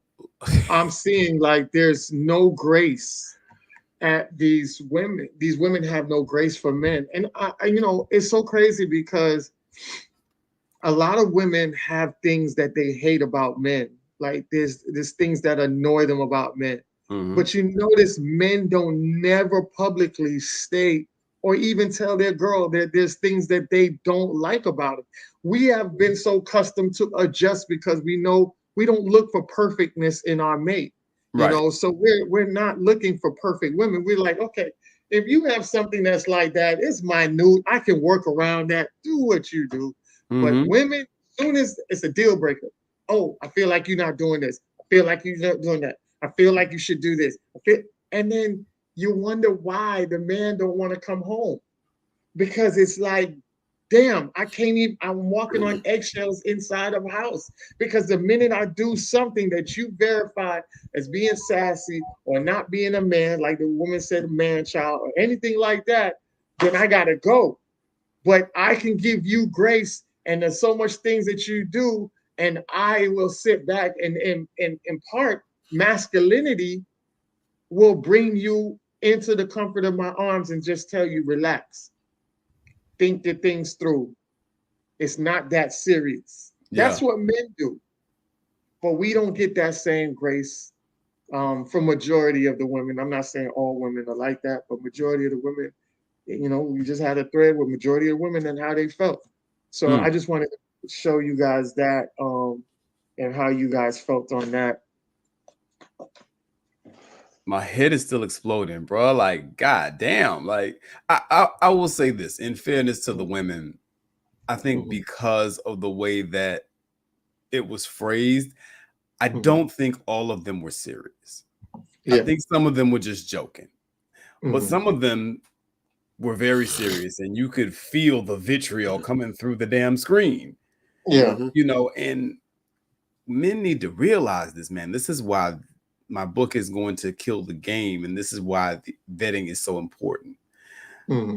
Some men, some of us as men, the person who hates us in this world the most is laying down next to us every night. A lot of you brothers need to understand out there that choosing poorly regarding the woman that's going to be in your life is going to be an eternal detriment to you and to your seeds, because a lot of these women are just in these marriages for convenience. At the end of the day, they're just in these marriages for convenience. They don't love you. They don't even like your ass in some instances. You understand? If we keeping it a buck, they don't even like you. A lot of these women, when I hear them talk about men online, there's this vitriol, this vile, deep-seated hatred for men, whereas they don't like anything about you. They just want you for the resources that you can provide them. That's it. They tolerate you. And you don't want to get in that space where you're someone who's tolerated. You know what I'm saying? You just don't. I realize that marriage has not always been for love. I get that.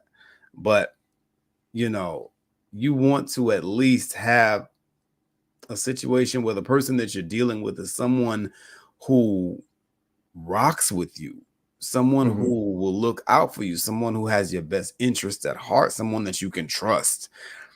And a lot of these women, not just you, the way they feel about men generally, women love to talk about how men objectify women. I don't think enough is said about how women objectify men.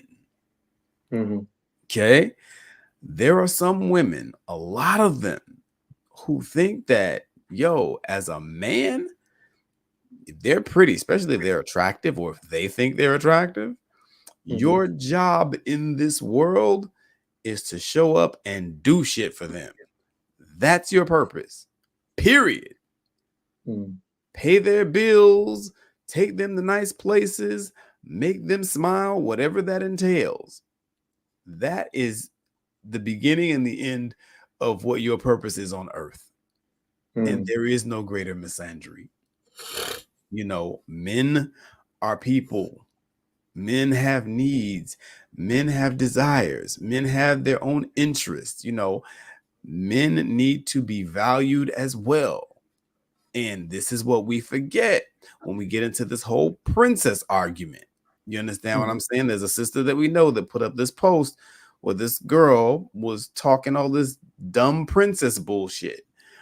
And I don't know why she put that post up. You know, she seemed to kind of backtrack when we started kind of going in on what is this? You know what I'm saying? But that's the danger of having that princess mentality, you know, because, you know, it becomes all about you. And then you have this whole generation. I'm speaking for the generation before us and the generation before them. You know, you start having generations of men that are just unhappy. You understand what I'm saying? And then that starts, you know, leading to the suicides that Anthony likes to talk about. You know, how men are more likely to commit suicide than the other gender. Yeah, because men are unhappy. You know, particularly, strangely enough, men who have women. Yeah. How that work? You know what I'm saying? And so we can't lose sight of the give and take. You know, we need to look out for each other. You know, happy wife, happy life, that's bullshit. Happy spouse, happy house. And if you're not talking like that, you can get the hell out of my face. That's how it should be, because it makes no sense. You know, I do all this stuff for you. I'm your superhero. You know, I give you the sun, moon, and stars, and you give me your ass to kiss. I'm just saying. That's true. Drake. Shout out to Dr. Tiasan Johnson and the Institute of Black Male Studies and his the online support channel, where they get into discussing Black male life in all its different respects. He's talked about and shown a whole wide number of cases of instances and examples of not just how black men in particular, do perform emotional labor in relationships, but how Black men perform a significant amount of relationship emotional labor, in many cases more so than women do. Because there are a lot of things there, like you mentioned, there's a lot of eggshells that men have to walk on, even stereotypically, right? Yeah.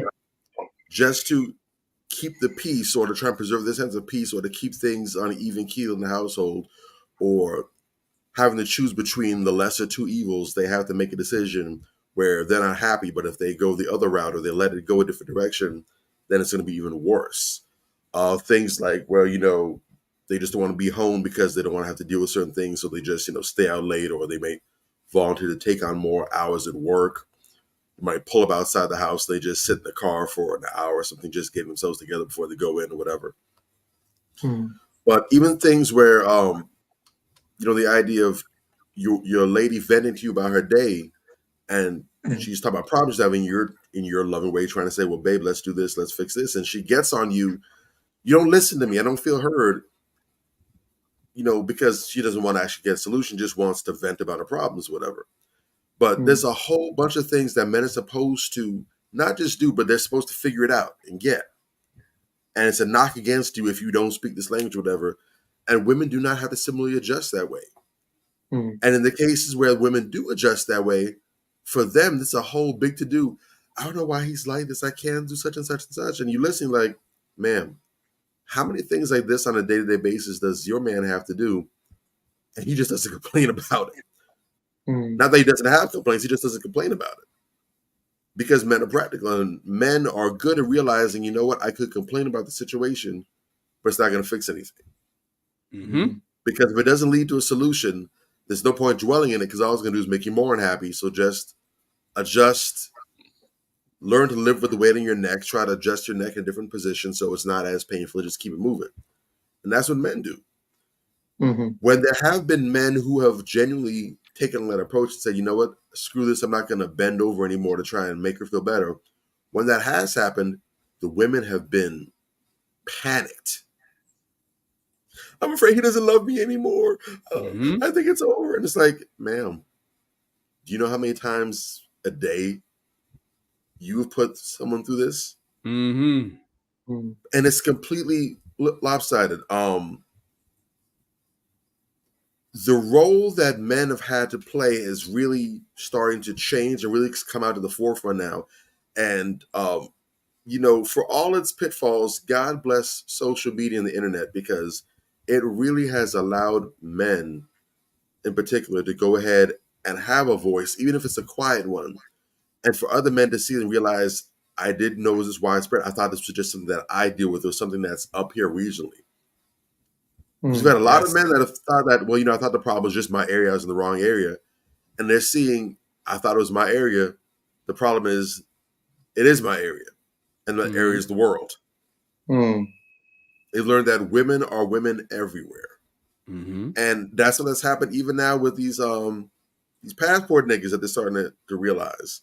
That they're out here, they're saying, well, the problem is here in the West, the United States of America. Let me go abroad and do some of these women. And they're finding out that issues there too.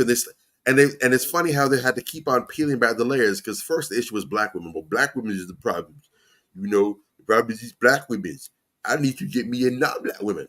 Then they went and found them a Cuban chick or a Dominican chick or an Asian chick from Oakland or a Dominican chick from the Bronx or a Cuban chick from Miami or whatever.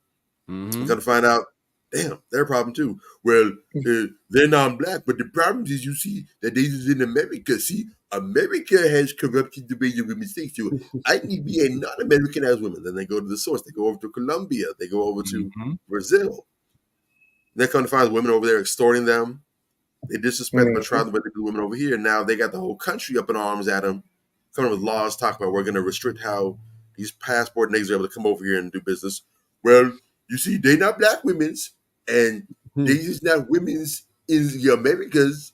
But see, it's the Western world that's the problem. It's these Western civilization that so I'm gonna go for. And every time it's another pushing of the needle, it's another moving of the goalpost, because but what they're having is these dudes that are unexposed. I'm not knocking them for that, but they've never been nowhere. They've never seen nothing. What they're slowly coming to grips with is that women are women everywhere.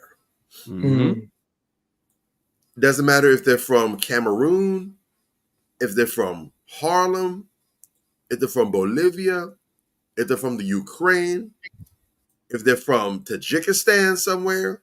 It don't matter if they from Never Land. Women are women everywhere. Now, it might take longer to get to certain outcomes or to get to certain things, but who women are at their core is just like who men really are at our core.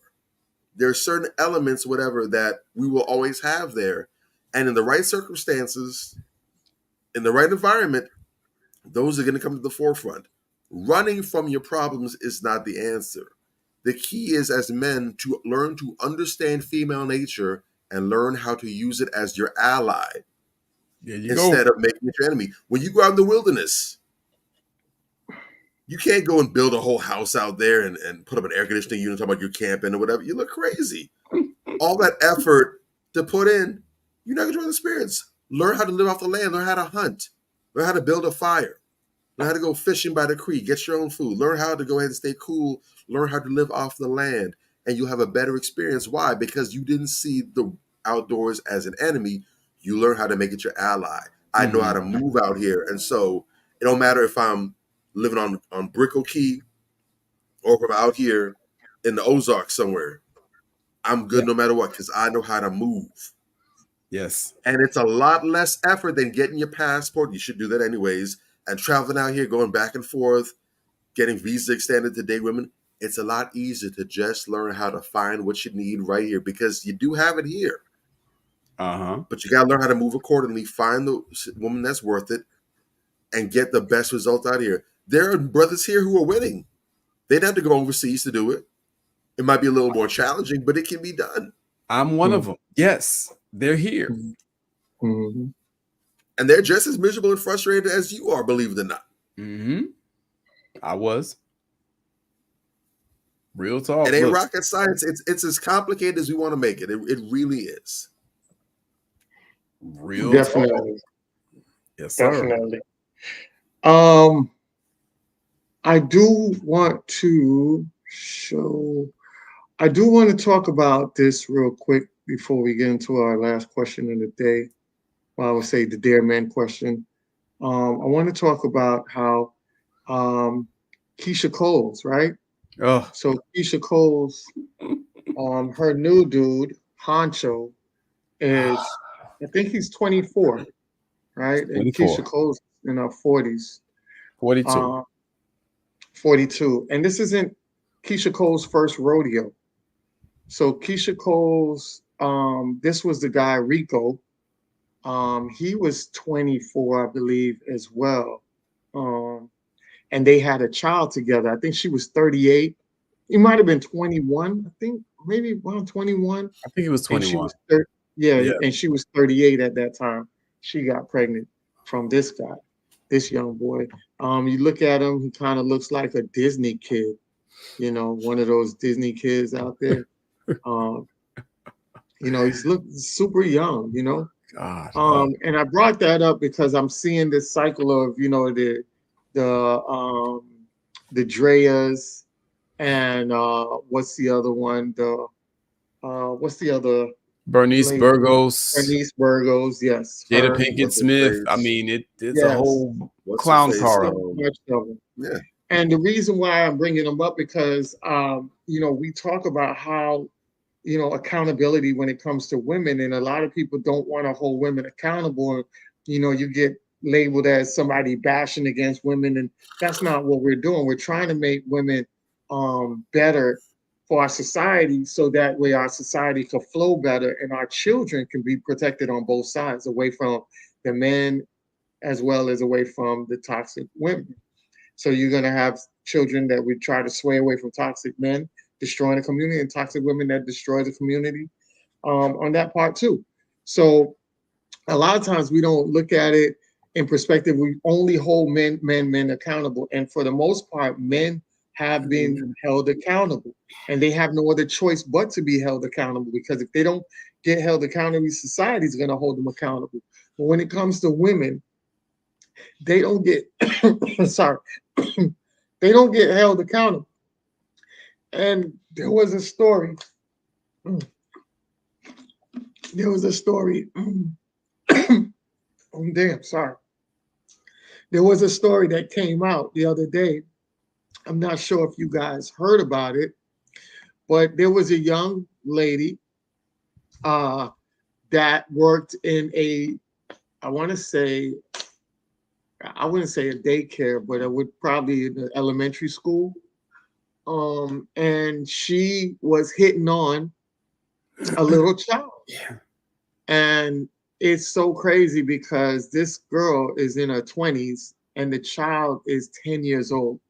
What? And I want you to hear, yes. So here's the young lady right here. 24-year-old woman is in an alleged relationship with a 10-year-old boy.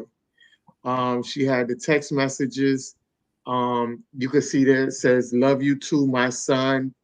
And it was going back and forth with the text messages.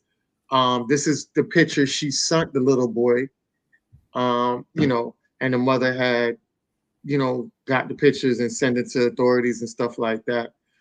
I want to show you guys the video so you guys can hear it real quick. A 4-year-old worker and pictures like this one. That's not a picture that you send to a 10-year-old. That's a picture that you send to your man. She said the worker bought her son clothes, shoes, and even a gold chain. And Grace said when investigators came to her apartment, a Department of Family and Children's Services worker got her 10-year-old to reveal more. He did say that this incident where she was rubbing his leg happened on the way back from the field trip. We aren't using the worker's name or face because she is yet to be charged, and that's why Grace is outraged. Had it been a situation where it was a little girl and a grown man, they would have locked him up on the spot with no questions until he was proven innocent. I reached out. All right. So they I'm grateful to that sister for calling it out point blank, period. Don't sugarcoat a damn Yeah. thing with these people. If that Right. was a man and a 10-year-old girl, if that was me and a 10-year-old girl, if that was Ant with a 10-year-old girl, that they wouldn't be able to slap the cuffs, toss you in the back seat of the car, and haul your ass to lock up fast enough. Mm-hmm. Wouldn't be possible. That But is again, once again, this gamma bias, this women are wonderful thing going on. Mm-hmm. No, well, we have to investigate this. Something must be wrong. Women don't do the devil they do. Man. And it's funny you dropped this story because I just saw before we began this. I just happened to find out about that story today. Mm-hmm. And the first thing I noticed, because I always do this now, I looked at the language of the article. Mm-hmm. And it said it didn't call what it was. It didn't call it child molestation. It didn't call it sexual assault. They called it possibly developing an inappropriate relationship with this child. And I've noticed this. You got to watch the media. You got to watch the media carefully because the media, they talk about the three levels of government. The media is the fourth estate. Mm-hmm. The media is the fourth estate. The media lays the groundwork for how we frame and see things. Because talked about this before. I know Professor Black Truth, shout out to the brother. He's talked about this before. That the purpose of entertainment is it's in the language to entertain, get you to entertain things. There's no such thing as media without a purpose. Everything is meant to get you to see things a certain way or to convey messaging to you. Mm. It is television programming. It is programming. So you have to always question, what are they trying to program me? How are they trying to get me to see this? When it was primarily men getting exposed for inappropriate acts with children, for rape and molestation, they called it flat out. They're accusing him of rape, molestation, child endangerment. The minute they had no choice due to the prevalence, because that's what they want to be forthright. It's just that the stories are happening so much, eventually it's going to look crazy. Just like with Ferguson reported, they tried to ignore what was happening with the riots in Ferguson, but it got to the point where the residents on the ground were sharing everything on Twitter and social media, and they kept asking questions, where's the news? Why is no one covering this? They forced their hand. Okay, we have to go ahead and cover this now because if we don't, it's going to look too suspicious. Right. So they had to prepare for the jump. So same deal. Because there's so many women now that are getting outed for this, and trust me, there's a whole lot more. That's not, as much as we're seeing now, there's a whole lot more that's not being exposed. Once they had no choice but to start covering more and more of sexual inappropriate behavior from women towards children, then they started changing the language. So it's not molestation anymore. Now it's an inappropriate relationship. Mm. Well, damn. Really? Yeah. You could be cheating on your wife, and that's an inappropriate relationship. But this is between two grown ass adults. Why are we using the same language to describe slightly questionable or slightly frowned upon relationships and engagements between consenting adults with adults and children? Yeah. Why is that? Because we have to try and peel the hammer off. When we can use this to attack men near exclusively, then we'll go ahead and we'll use the raw, uncut language as we should. When it's women in the mix, when it's R. Shelley and not R. Kelly, or when it's R. Belly, shout out Lizzo, and not R. Kelly, then all of a sudden we got to dial it down some. Right. Because women are wonderful. Because we can't disrupt the narrative that men are the predators and women are the victims. This cuts into our bottom line. This cuts into our whole marketing plan where we cater to the women to get them to keep on opening their wallets and their purses and shelling out to us. We can't upset the balance, you see. So we have to cover this. We have to speak about it. We can't go out here looking like we're really down with the Disneys and the Nickelodeons of the world. We can't let them know that Hollyweird is prevalent like that. So we're just going to tweak the language a bit so it's not as offensive. It tells what happened, but it's not as offensive. Correct. This is evil. It is. And we're seeing that it is all high levels. Yes, there was an expose done on Nickelodeon recently. Yes. But yes, we have the Harvey Weinsteins and the Diddy's and such getting exposed. Yes. But it runs so much deeper than that. It even extends to your media, your news outlets as well, too. They're all complicit in it at different various levels, because you don't get to have a dynamic and a paradigm as prevalent as this. There's only a couple industries that are partaking. It doesn't work that way. Real talk. You cooked on that, bro. I mean, the seasoning was the seasoning. It was seasoned perfectly, gang. That's it. I'm mad, damn it. I'm mad as all hell. And we all should be. And we all should be, because this, again, I'm going to just make it real brief. This goes back to why a lot of these women cannot grow. You know, some time ago, when these things were looked down upon, when these things were shameful and despicable, and people would drag your ass for acting like this, people didn't act like this. You understand?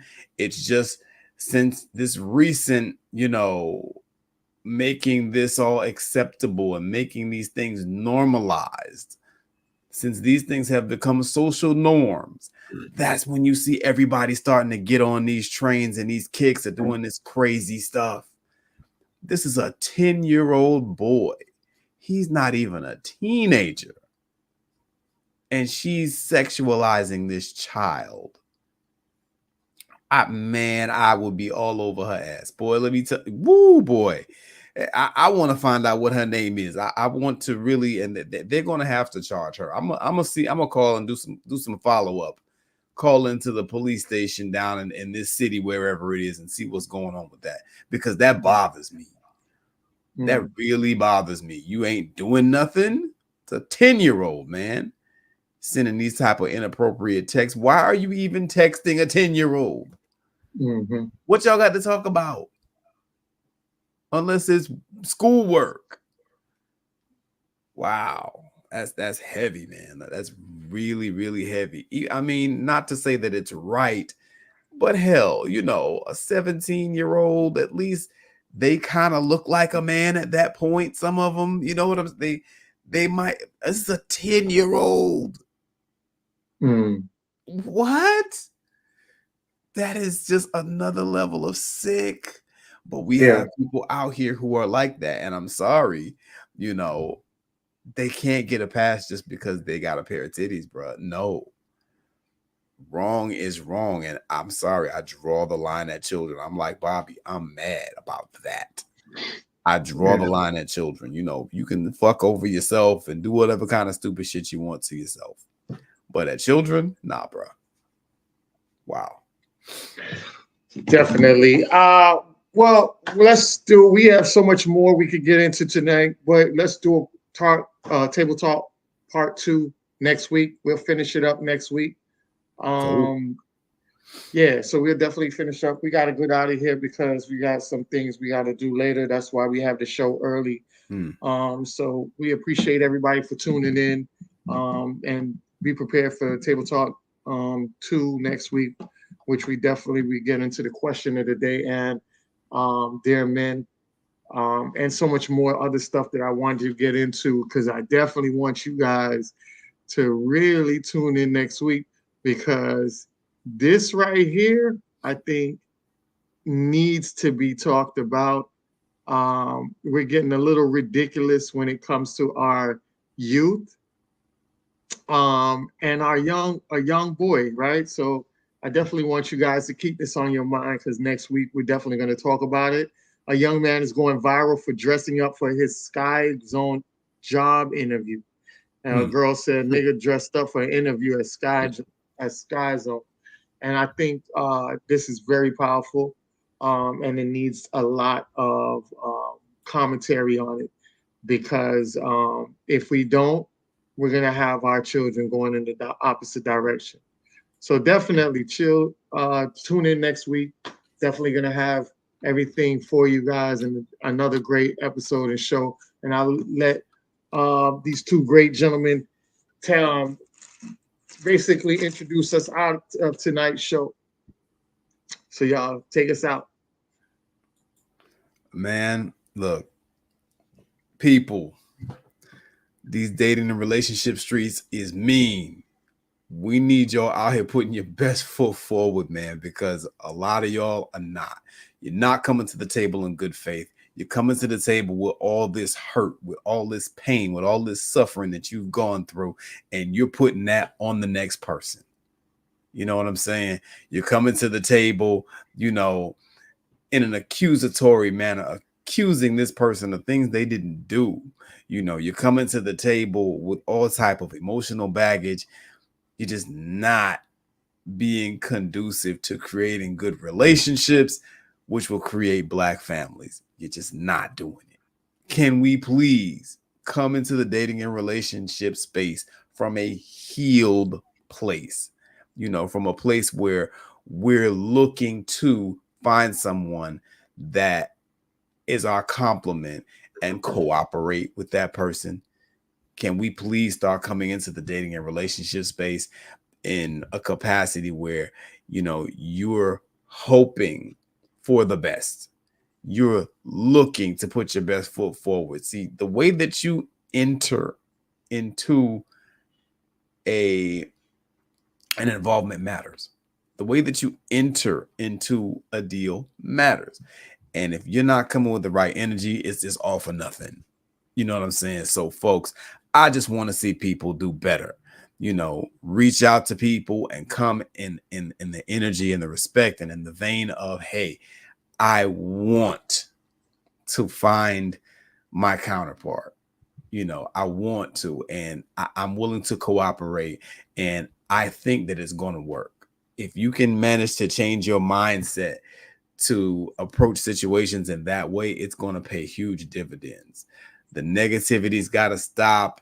All the bashing has got to stop. You know, I was watching a sister, Kitty J. Rose, the other day. She was saying something very profound, talking about women. And she was like, hey, you know, you sisters say that you want a man, you want love, you want this, you want that, yet you follow all these podcasts and publications that promote misandry and misandrist views.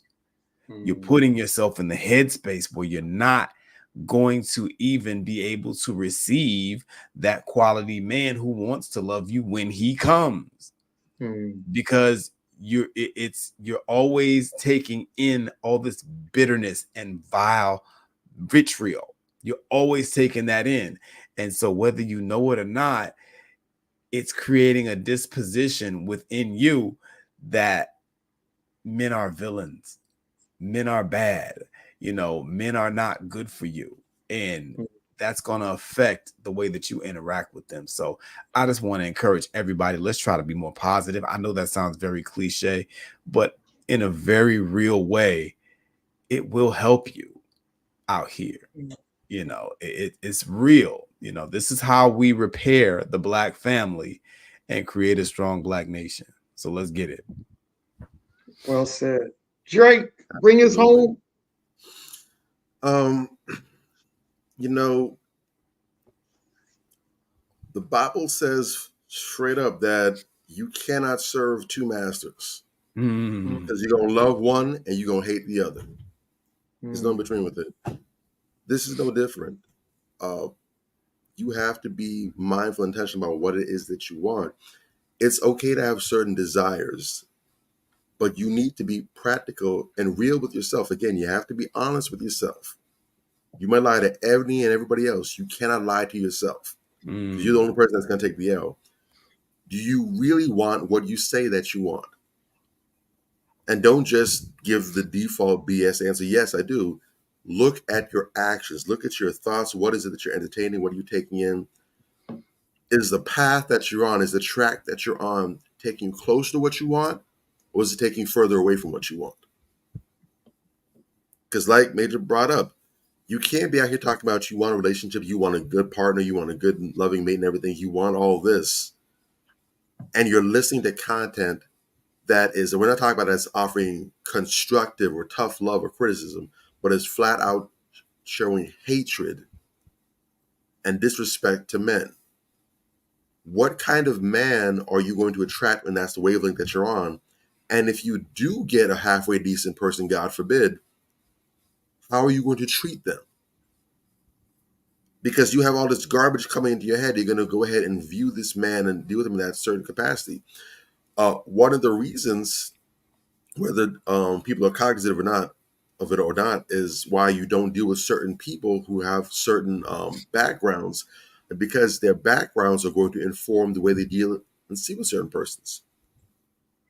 One of the reasons why it's very difficult for sex workers, I'm going to go there, to have straight up healthy relationships with square dudes in particular who aren't from that walk of life is because based on your line of work, based on the kind of men that you're around all the time, you make your money from these men. You have to learn how to deal with these men. You have to learn how to engage them, how to be someone they want to go ahead and see positively to the point where they give you money. You are going to come into contact with the lowest quality men out there. Doesn't matter if they're the stereotypical goons out there that's out in the shop of nonsense, or even high-level men who make great money who are corporate, but their character and their personalities are in the gutter. You are going to be dealing with the lowest tier, lowest quality men. And that is going to shape and ultimately inform how you see all men, because what we are around is what we take on. And there's been a couple of cases. I remember a case specifically that Kevin Samuels dealt with a woman who was, I think, a stripper or something like that.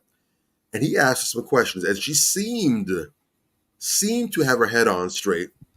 But when Kevin asked her certain questions, or she gave her opinions or thoughts on certain things, you could see bleeding in the taint that comes from dealing with men of that low caliber. Yeah. Where no matter how hard she's trying, bless her heart, and she seemed to be an otherwise good sister.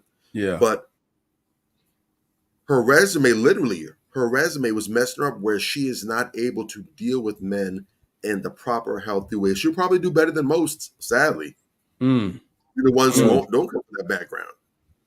But you can still see the taint there, but there's always going to be that expectation of the worst, or trying to shield herself or try to wall off herself from certain things that she doesn't have any business doing that with. And you're going to be able to feel it. You're going to be able to feel when there's a gap between you and your partner. And you can't cross it because you didn't make it. You didn't build it. There's no justification in this relationship for being there, but yet it's there all the same.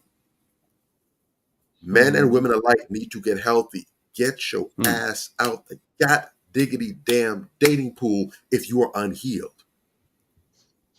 If you have not done the self-work, if you have not made the investment to go to therapy, if it calls for that, be honest about it.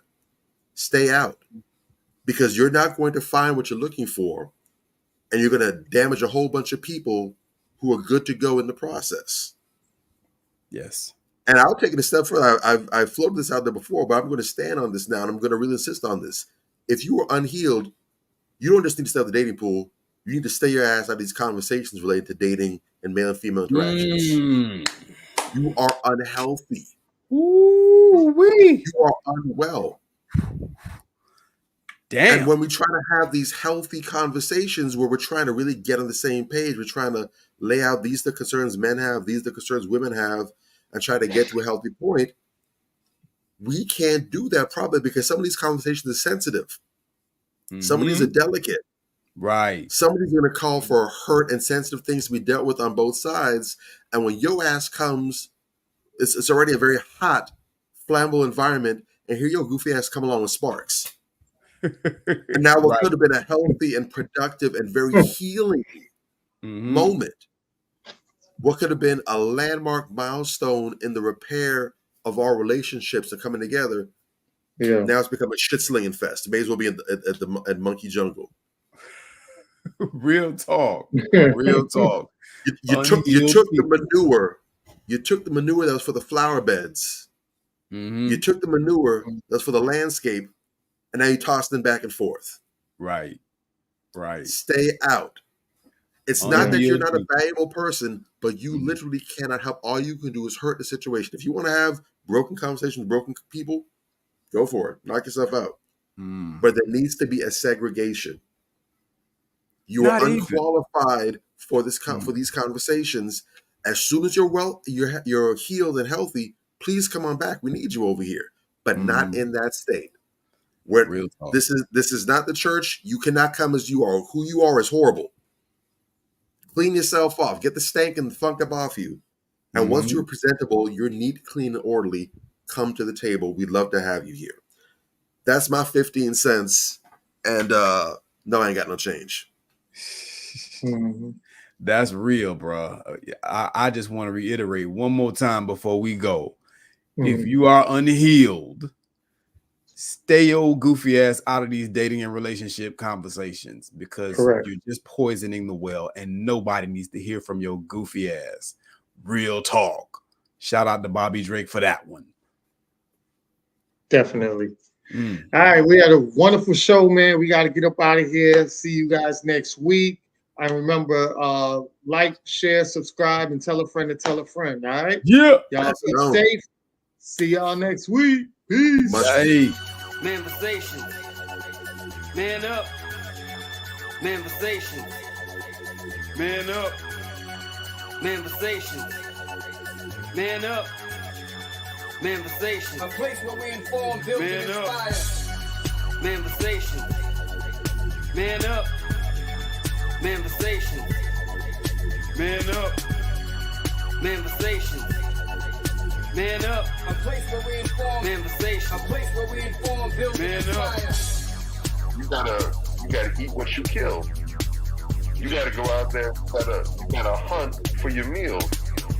We all have that ability to connect with people, to be that motivational person in somebody's life. You gotta let people know there's certain lines you don't cross, and that there's gonna be consequences if you do. Man up.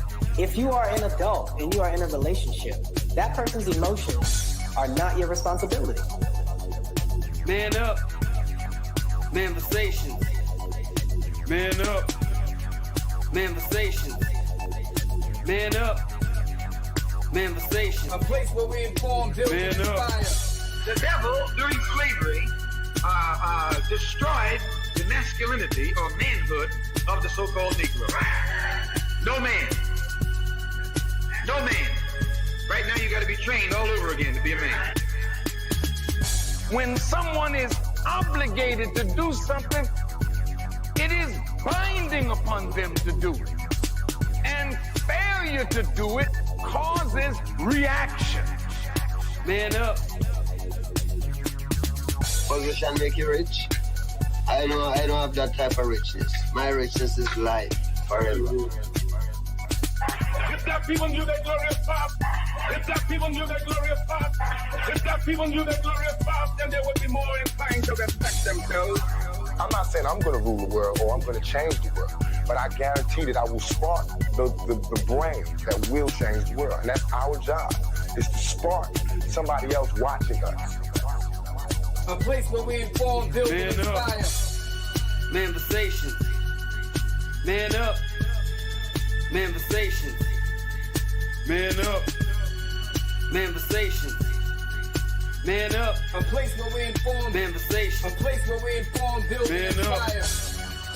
You want to tell me about yourself? Go get your friends. I'll tell you who you are based on who your friends are. Don't just live and die.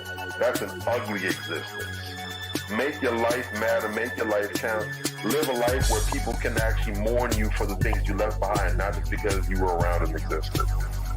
We need strong black nuclear family. Yes. Yes. That's what it is. Mother, father, son, daughter, all in the same house with a focus on the family unit as a whole.